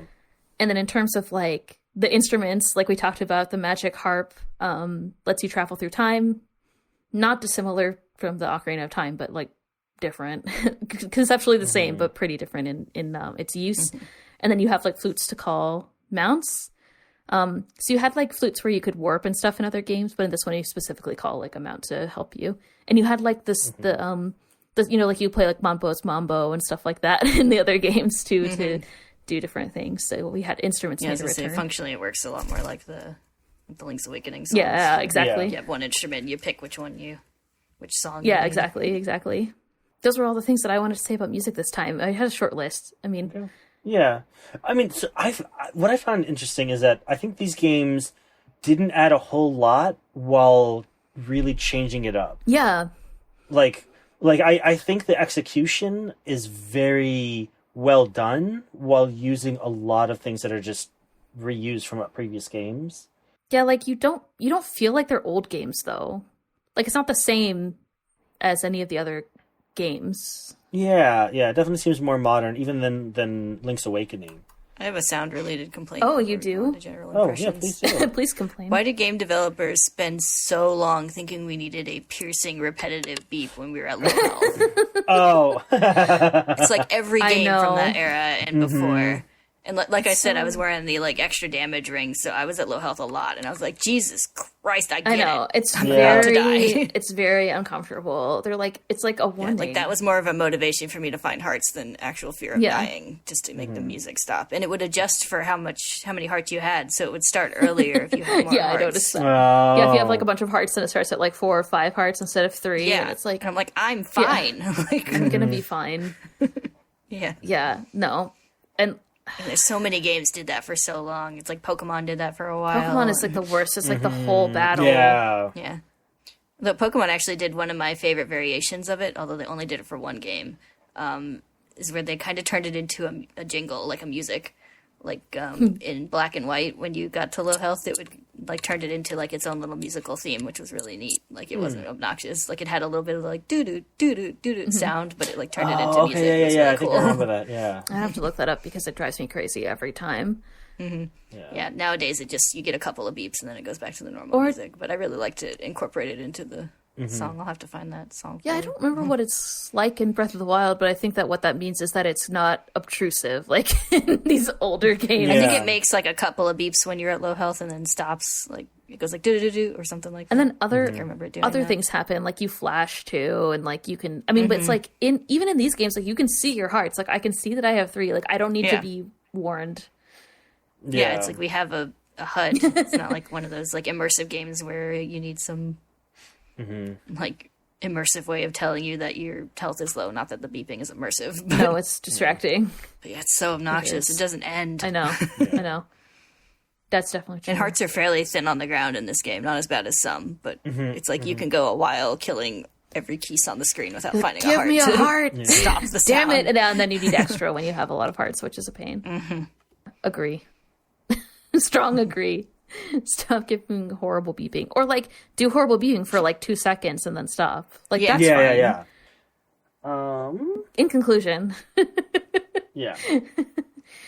I don't know. This is very interesting. They like you. I think Cosmo, you were kind of talking about this, but like they took a lot of like concepts and like assets in the sense of like sprites and music and stuff, and like made things that feel very familiar, but like definitely like new entries in the Zelda. Like it didn't just feel like a port, and it didn't feel like a bad port. Like they felt like good new games. Yeah. And even though they were very familiar, I guess. Yeah, they're fairly different, like, just in general from a lot of the Zelda games. Like, they don't take place in Hyrule. There's a couple other games that don't, but... Yeah. And even, like, if you just play them on their own without the late game, it's like there's no Zelda or Ganon. Yeah. They only show up at, like, the end of the second game. And I just feel like the concept of like the way they're linked is also really interesting. Like I think they wanted to do more, but like, you know, couldn't because of time and stuff like that. But like that whole aspect of the game, and then they're linked, but you can play them in any order, or like in either order, I guess. Like there's a lot of variability that's built I think into that's them. why they wound up not doing the third game, because they were like, how do we account for people playing 3 games in any order? Right. Yeah. And that would be a lot. It would definitely be a lot. 2 was a lot. Yeah, because like you'd have to account for it's like you played game 1, game 2, and then game 3, or game 2, then game 1, then game 3, or like, And then they're still trying to cram stuff onto like tiny Game Boy cartridges. Like there's still not, we're still not working with like a lot of memory and a lot of storage and a lot of functionality. yeah. Yeah, we're still working with like I've typed bigger documents this week. Probably. Probably. Like, Yeah. He Yeah. probably took bigger photos this week than any of these games. Yeah. You processed way more memory than this game. Yeah. Yeah, the 3-second video of Bowie falling asleep I sent you guys was probably larger than this game. And there was more complicated like processes to get it from your phone uploaded to the internet to us through Discord than any process in like probably the amount of like RAM. Even if you played this game multiple times in your lifetime, than like you would ever play this game. Like Yeah. It's pretty crazy. Yeah, it's pretty mind blowing when you think of Yeah. technology advancements that way. Oh, yes. And I will say, like, I didn't beat this game, but and I haven't beaten several of the other Zelda games. Yeah. But I think this is the one that I'm going to be most disappointed that I didn't beat. Minish Cap, maybe. I don't remember enough about it. I remember liking it, and so if I don't get there to that one, I may feel the same. But I think with all the big console ones, I've either played enough, or it's Skyward Sword, and I didn't like Skyward Sword at the time. I don't know how I'm going to feel about playing it this time. Yeah, I mean, I think there's like valid things in it. I just didn't. I remember not liking yeah. it. Well, that much. I just remember trying to play Skyward Sword again, and then just being like, "This is, I'm not. Why am I doing this?" And I just stopped. So I feel like it's about due for a shift in opinion because I feel like people have really been trashing it lately. Really? So Yeah, I don't. My opinion is not trashing it. yeah, I'm just saying, like, just judging by the way the video game community ebbs and flows. Because people used to trash Wind Waker, and now it's like considered one of the best in the series. Not that I think Skyward Sword will be considered one of the best, but I feel like it's due for a like, you were wrong about Skyward Sword retrospective. maybe. Well, kind of. Tears of the Kingdom what's- looks like it's gonna incorporate some things from Skyward Sword, like the flying and the Yeah, I haven't stuff, played. So. Yeah, yeah. I was watching some like trailer analyses of the thing on YouTube like today, and one person was like, when he jumped off the cliff, I was half expecting him to whistle for his loft wing. Yeah, no, he lands on like a machine Yeah. because it's like post Breath of the Wild, post apocalypse. That's right. They did show that, didn't they? Yeah, there's like these, I don't know, it looks like some kind of glider device, and there's like multiple. Kind of glider bird thing. Yeah, it's like all the ancient tech machines or whatever Yeah. from Breath of the Wild. I don't know. I'm sure there'll be lore, but yeah, but it has the same like diving animation and stuff. Like it's definitely Yeah. meant to like hint at that. Yeah, I haven't played it in a while, but I remember there were like there were some parts I didn't like, but there was like a lot that I really liked in Skyward. So like. I don't know why. I just didn't. Yeah. I was loved actually fairly positive on the motion controls. I remember compared to a lot of I people. thought it was I didn't have fun. the troubles with. Yeah, I didn't have the Yeah, it troubles was that a lot of fine. people did. I wonder if some people were trying to play it with a regular Wiimote, but Oh yeah, you have to the Wiimote Plus. I Yeah. don't know if that's possible. But it probably is because it's like not like the system knows which Wiimote you have attached to it when you play the game. Yeah, I don't know. I thought the Wiimote Plus just had a more sensitive motion control or something. Like it wasn't that different. It wasn't like the difference between like the Switch control and the Wii remote. You know what I mean? Yeah. Like I don't know. Yeah, I But remember yeah, it had being some like, of my you favorite hold up your uses of the sword. motion control in the whole like Wii library. Charging your sword was fun. That was like the best part Yeah. of Skyward Sword, Yeah. and made good use of the speaker and the handle. Pulling the soon to be Master Sword from its pedestal with motion controls is one of my Pretty like top rad. Zelda moments. Like Pretty rad. I was trying to figure out if I need the Wii sensor bar for the Wii U, and I was like, I don't know anymore. what do I need? But you don't need it for a Wind Waker, so I don't think you need it for the HD Wind Waker anyway. So yeah, playing Yeah. GameCube games on the Wii is annoying because you need the sensor bar to turn it on and select the GameCube Yeah. game, but you don't need it for anything Yeah. else. Yeah. For a minute, I was like, "Oh my god!" Because It's like there should be a way to just go straight to it. My Wii U was at my parents' house, and I was like, "Oh my god, I need the giant screen, otherwise I won't be able to start the." No, wait, that was the Yeah. Wii where you needed the you remote. think you just need Yeah. the little screen. You just need the control pad. To Yeah, the control pad. turn it on. Yeah. Yeah. Oh, you can use just like a regular Pro controller Okay. too. I haven't played. I just can't believe like how stupid I feel about. I know exactly how the N64 works. I was like, okay, you plug in these things, I can do exactly what to do.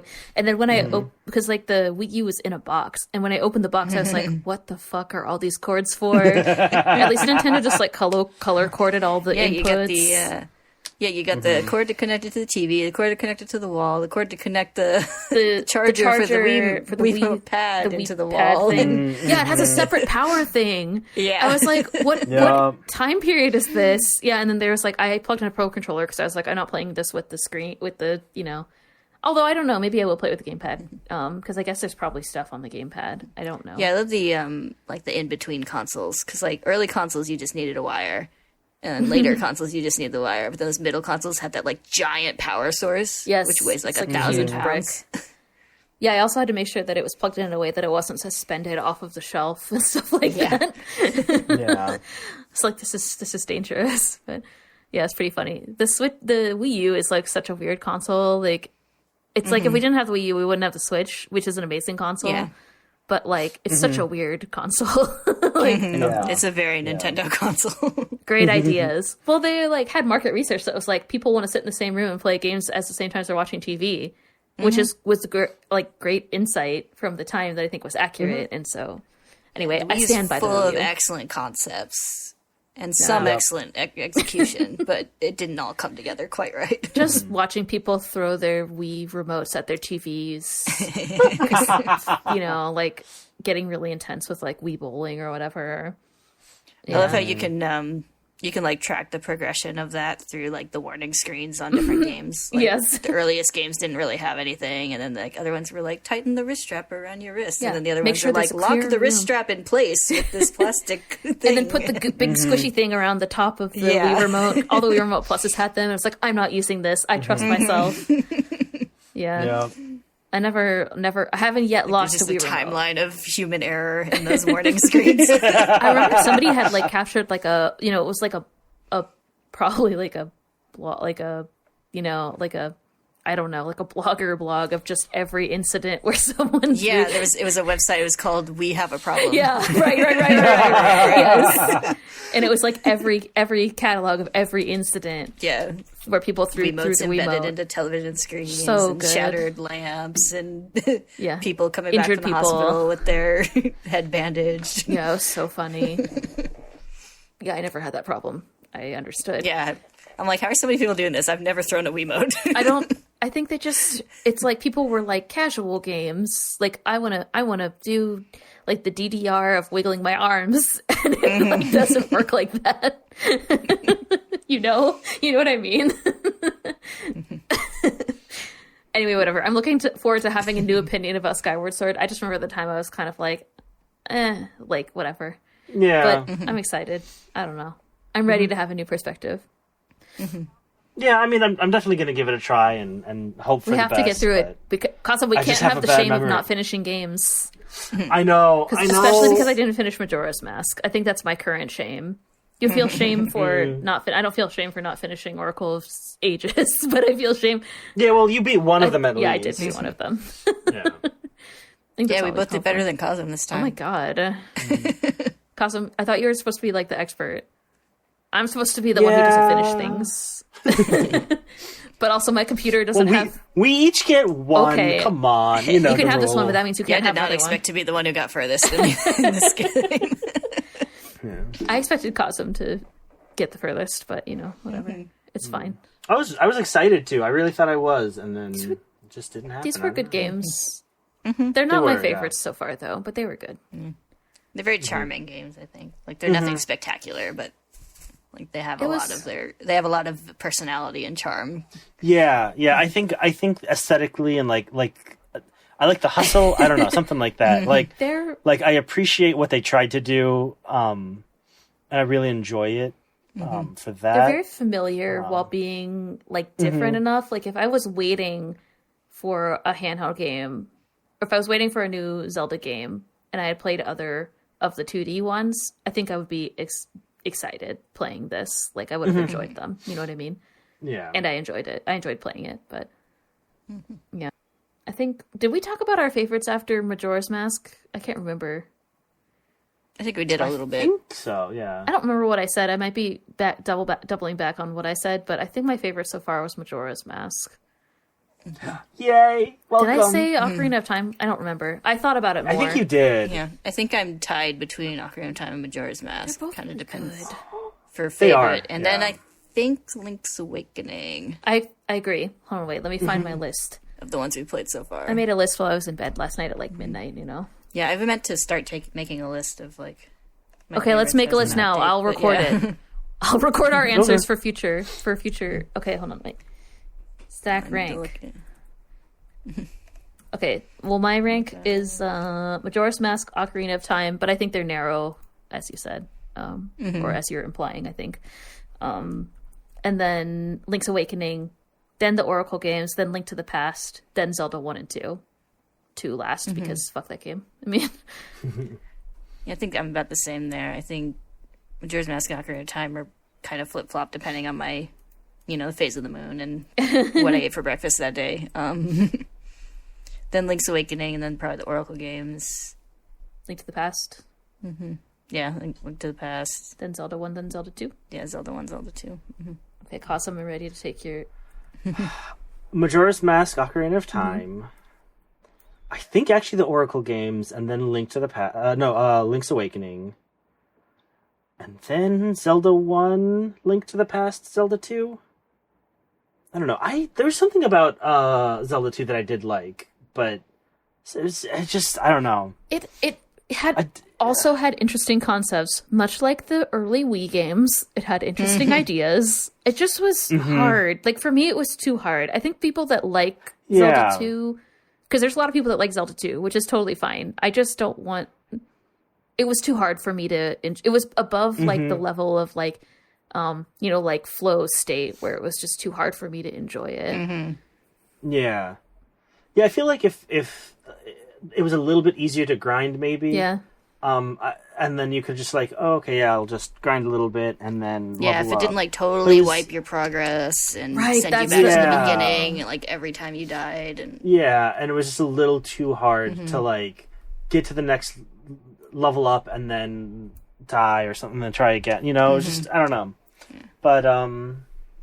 But the Palace theme is a banger. Like, that is one of the best songs in the series. The music was... I give it credit for that. Great, of course. And I did like the side-scroller. Oh, we kind of didn't talk about it, but this game also brought back the side-scrolling platforming and, like, swimming and stuff like that. And I do... Yeah. I'm not a some of it was fan, straight out of, like, Zelda 1. Like, there was a part where you, like, go down the little tunnel, get an item, and then go back. Yeah. Like, just like in Zelda 1, which is cute. Yeah. Yeah. It was cute. All right, now I have a document in my podcasting folder. Oh, okay. Zelda rankings. So. I was gonna wait. I made a list. I'll put it here. I'll pin it in our chat. I'll be good and not put Wind Waker at the very top before playing it, but it's definitely going to be at the very top next time. I pinned our messages. Well, Wind Waker is your favorite. That's acceptable. It's a good game. Oh, and I think you're right. There is like kind of a swing around of people being like, Wind Waker has aged well, as opposed to some of the other games. Yeah. Like, I remember, I'm saying why I remember, it was just a couple days ago, before this Nintendo Direct came out, like, there was lots of rumors that they were going to announce a Wind Waker remake. Interesting. And it's like, why again? The original still looks fine. It's the game that least needs a remake in the world. They remade it for HD. Like, it's fine. Yeah. And they didn't need to remake it then, because it still looks fine They on the should have just GameCube. ported it. They announced that... It'd be funny if they do announce one, like, later down the road before this episode comes out. I think they announced that Link to the Past might get a redo. Is that what I was reading? Oh, interesting. Yeah, I think it was Link to the Past. Or maybe it was the Oracle games. It was one of the Game Boy ones. I don't think there's any official announcement. No, I think people were saying... There's lots of rumors that that there was going to be a Wind Waker and maybe Twilight Princess like remake for the Switch. Why do they need a Twilight Princess one? It was... I think I think it's just people who want the games on the Switch instead of the Wii U. I do want them to port every single thing to the Switch. Like, I can think get a behind port that. would be fine, but like Port a it. remake seems like excessive. Yeah, for no. either of those. Yeah. I think like the Wind Waker HD would display just fine, and so would Twilight Princess. They would display fine on a. The Switch is only 720p, isn't it? So I don't know, or like it's still like not. It's not low resolution, but it's not like the highest possible resolution. Like, it's not like 4K, so you can definitely have GameCube games on there and display just fine. I think. I don't know. Whatever. That's really funny, though. Don't remake it. It's perfect the way that it is. Practically perfect in each and every way. Kayla, are you going to play the GameCube version of Wind Waker? Or are you going to play the Wii U version? I think I'll play the Wii U. Okay. Is anybody going to play I've played the GameCube GameCube version more in my life than the Wii U one, so. I can only play the Wii U one. Yeah, same. Okay, well, it'll be fine. I think they're like 90% the same. They just made some quality of life changes and stuff. So yeah, a few. Yeah, I think it's mostly finding the triforce pieces. Yeah, which is the worst part. So, although I did remember they changed it so you automatically get the color picto box, which actually makes me a little sad. I liked capturing the rainbow firefly and doing the little quest to update it, but Well, all the main quests is the same, I guess. Yeah. Yeah. Yeah. As long as you can still do every single Windfall Island, like, side quests, then I guess I'll be happy. Yeah. But we'll see. Maybe I'll change my mind. Well, at least you have the choice. Yeah. I did go to, like, 2 retro video game stores while we were on our trip and, like, looked for it with my eyes, but none of them had it. So, whatever. It's fine. It's fine, I guess. Everything's fine. And I have a Wii, and I have, like, controls, so I could play it if I just get the game. But, I don't know. I haven't played the Wii U version, even though I own it, so I might as well play it. Yeah. Or maybe I started it. We'll see if there's a save file. What an exciting time. Tonight after we stop talking. Yeah. I mean, do we have any other things that we want to say about the oracles? They were good. Yeah. The animal companions were underused and needed less mini games, but otherwise, very enjoyable games. They were enjoyable and they were cute and they were very. I think they were like very. They have like. They were made by like another company, but they have like the right tone. They have good stories, and I think they have good themes. I do think that the Oracle of Ages game revolved too much around death, but you know, whatever. Everything is like the essence of time. And then wasn't there like a ghost that you talked to that's like, I hope you join the the underworld soon or whatever. I forget. It was really funny. Anyway. And like Seasons was fun. It's also all about kind of the flow of time, but in a different way. It was cool. Yeah. Yeah.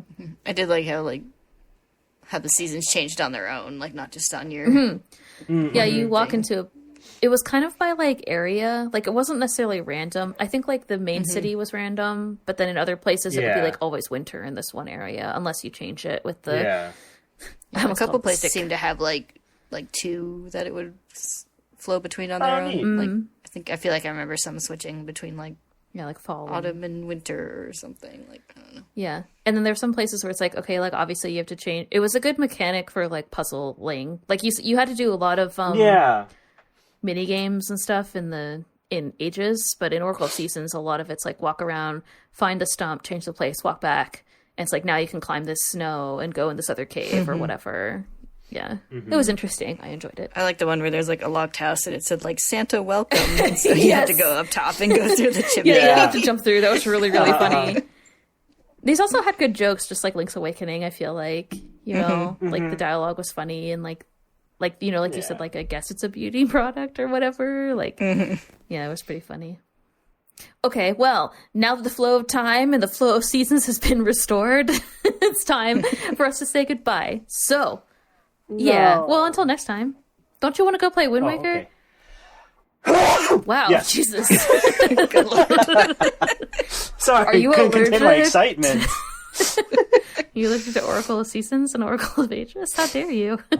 That's why I didn't play it. I was okay. embarrassed, so I didn't tell you. Oh, I'm sorry. I shouldn't have asked you about your medical condition. HIPAA! What happened is he tried to play Seasons, but then his allergies started acting up every time it went to Summer, spring. yeah, exactly. Indeed. Anyway, join us December. Join us December 1st for Wind Waker. It's going to be a good time. Woo! Legend of Zelda Global Warming Edition. Everything's underwater. It's the consequence of Oracle of Seasons. Yeah, basically, it's like, oh, you restored the seasons, and it's like, because you changed it so much, it's just like massive climate change in the world of Hyrule. Don't ruin this for me. I mean,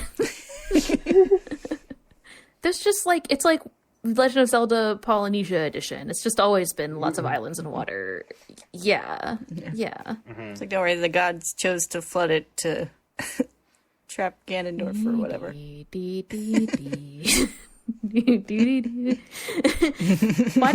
Well, I guess we'll find out. I was going to say, why did they flood the Tower of the Gods or whatever? But, whatever. All will be revealed shortly. Anyway, thank you for listening. We'll see you then. Yeah.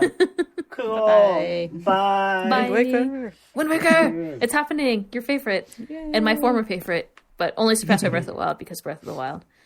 Yeah. Maybe Breath of the Wild 2 will be better or whatever. Tears of the Kingdom. I don't know. Next year on my Oh my god, they finally put a date. Oh my god, it's happening. So cool. I know. Okay, bye, I guess. Bye. Bye.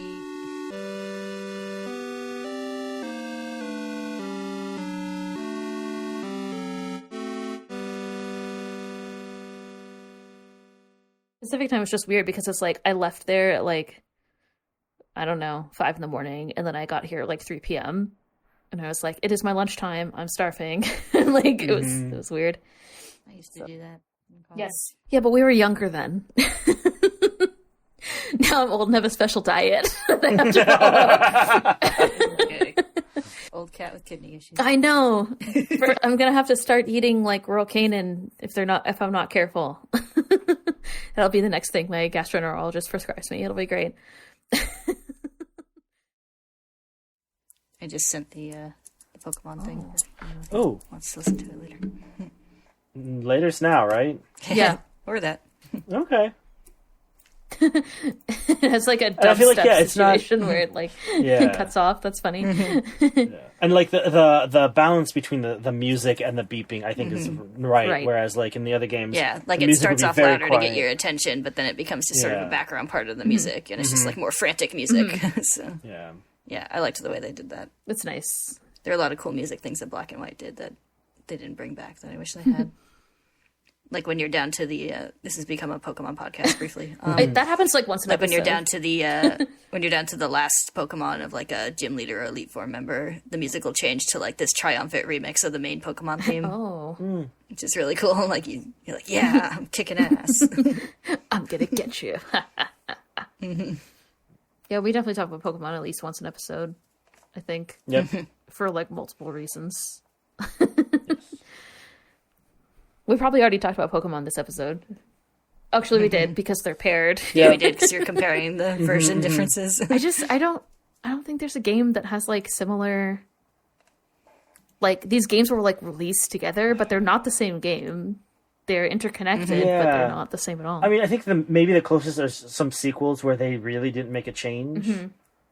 I can't think of any off the top of my head, but I'm sure they exist. But still, like I think, like for example, between like, oh, sorry, I had to burp. between between Ocarina of Time and Majora's Mask, like well, I they're think like similar, but I what think was they're it? pretty different. Was it like Super Mario U and another Mario game that came either right before or right after? I think were pretty similar. So something like that, I think, where like there just really wasn't enough to really like the gameplay is all very similar. There's a few things that are different, but like I feel like those those are games more are like an really- updated re-release than Yeah, separate games. I was thinking. Well, I think there were. I can't. I feel like there is one that is pretty much a new. It was meant to be a new game, but they really didn't make many changes. Oh, well, I don't remember. Is it like I don't know. I feel like they're all kind of different. I don't know. I haven't played as many of the newer Mario games. Only Yeah. 64 and like a little bit of Sunshine and a little bit of Galaxy and a little bit of like Odyssey or whatever. Yeah, I'm not super into the like 2D-ish games. Yeah. But they had the big 2D revival kind of in Mario. I was like, oh, good, the Mario games I don't like. The 3D-ification of all the platformer ones. Although I love the idea of Mario Maker. Like Yeah. Mario Maker's games where pretty you can nice. make your own game are pretty cool. I don't know. People do crazy things with Mario Maker. I just find it as a I don't particularly like playing it, but as a concept, it's very interesting.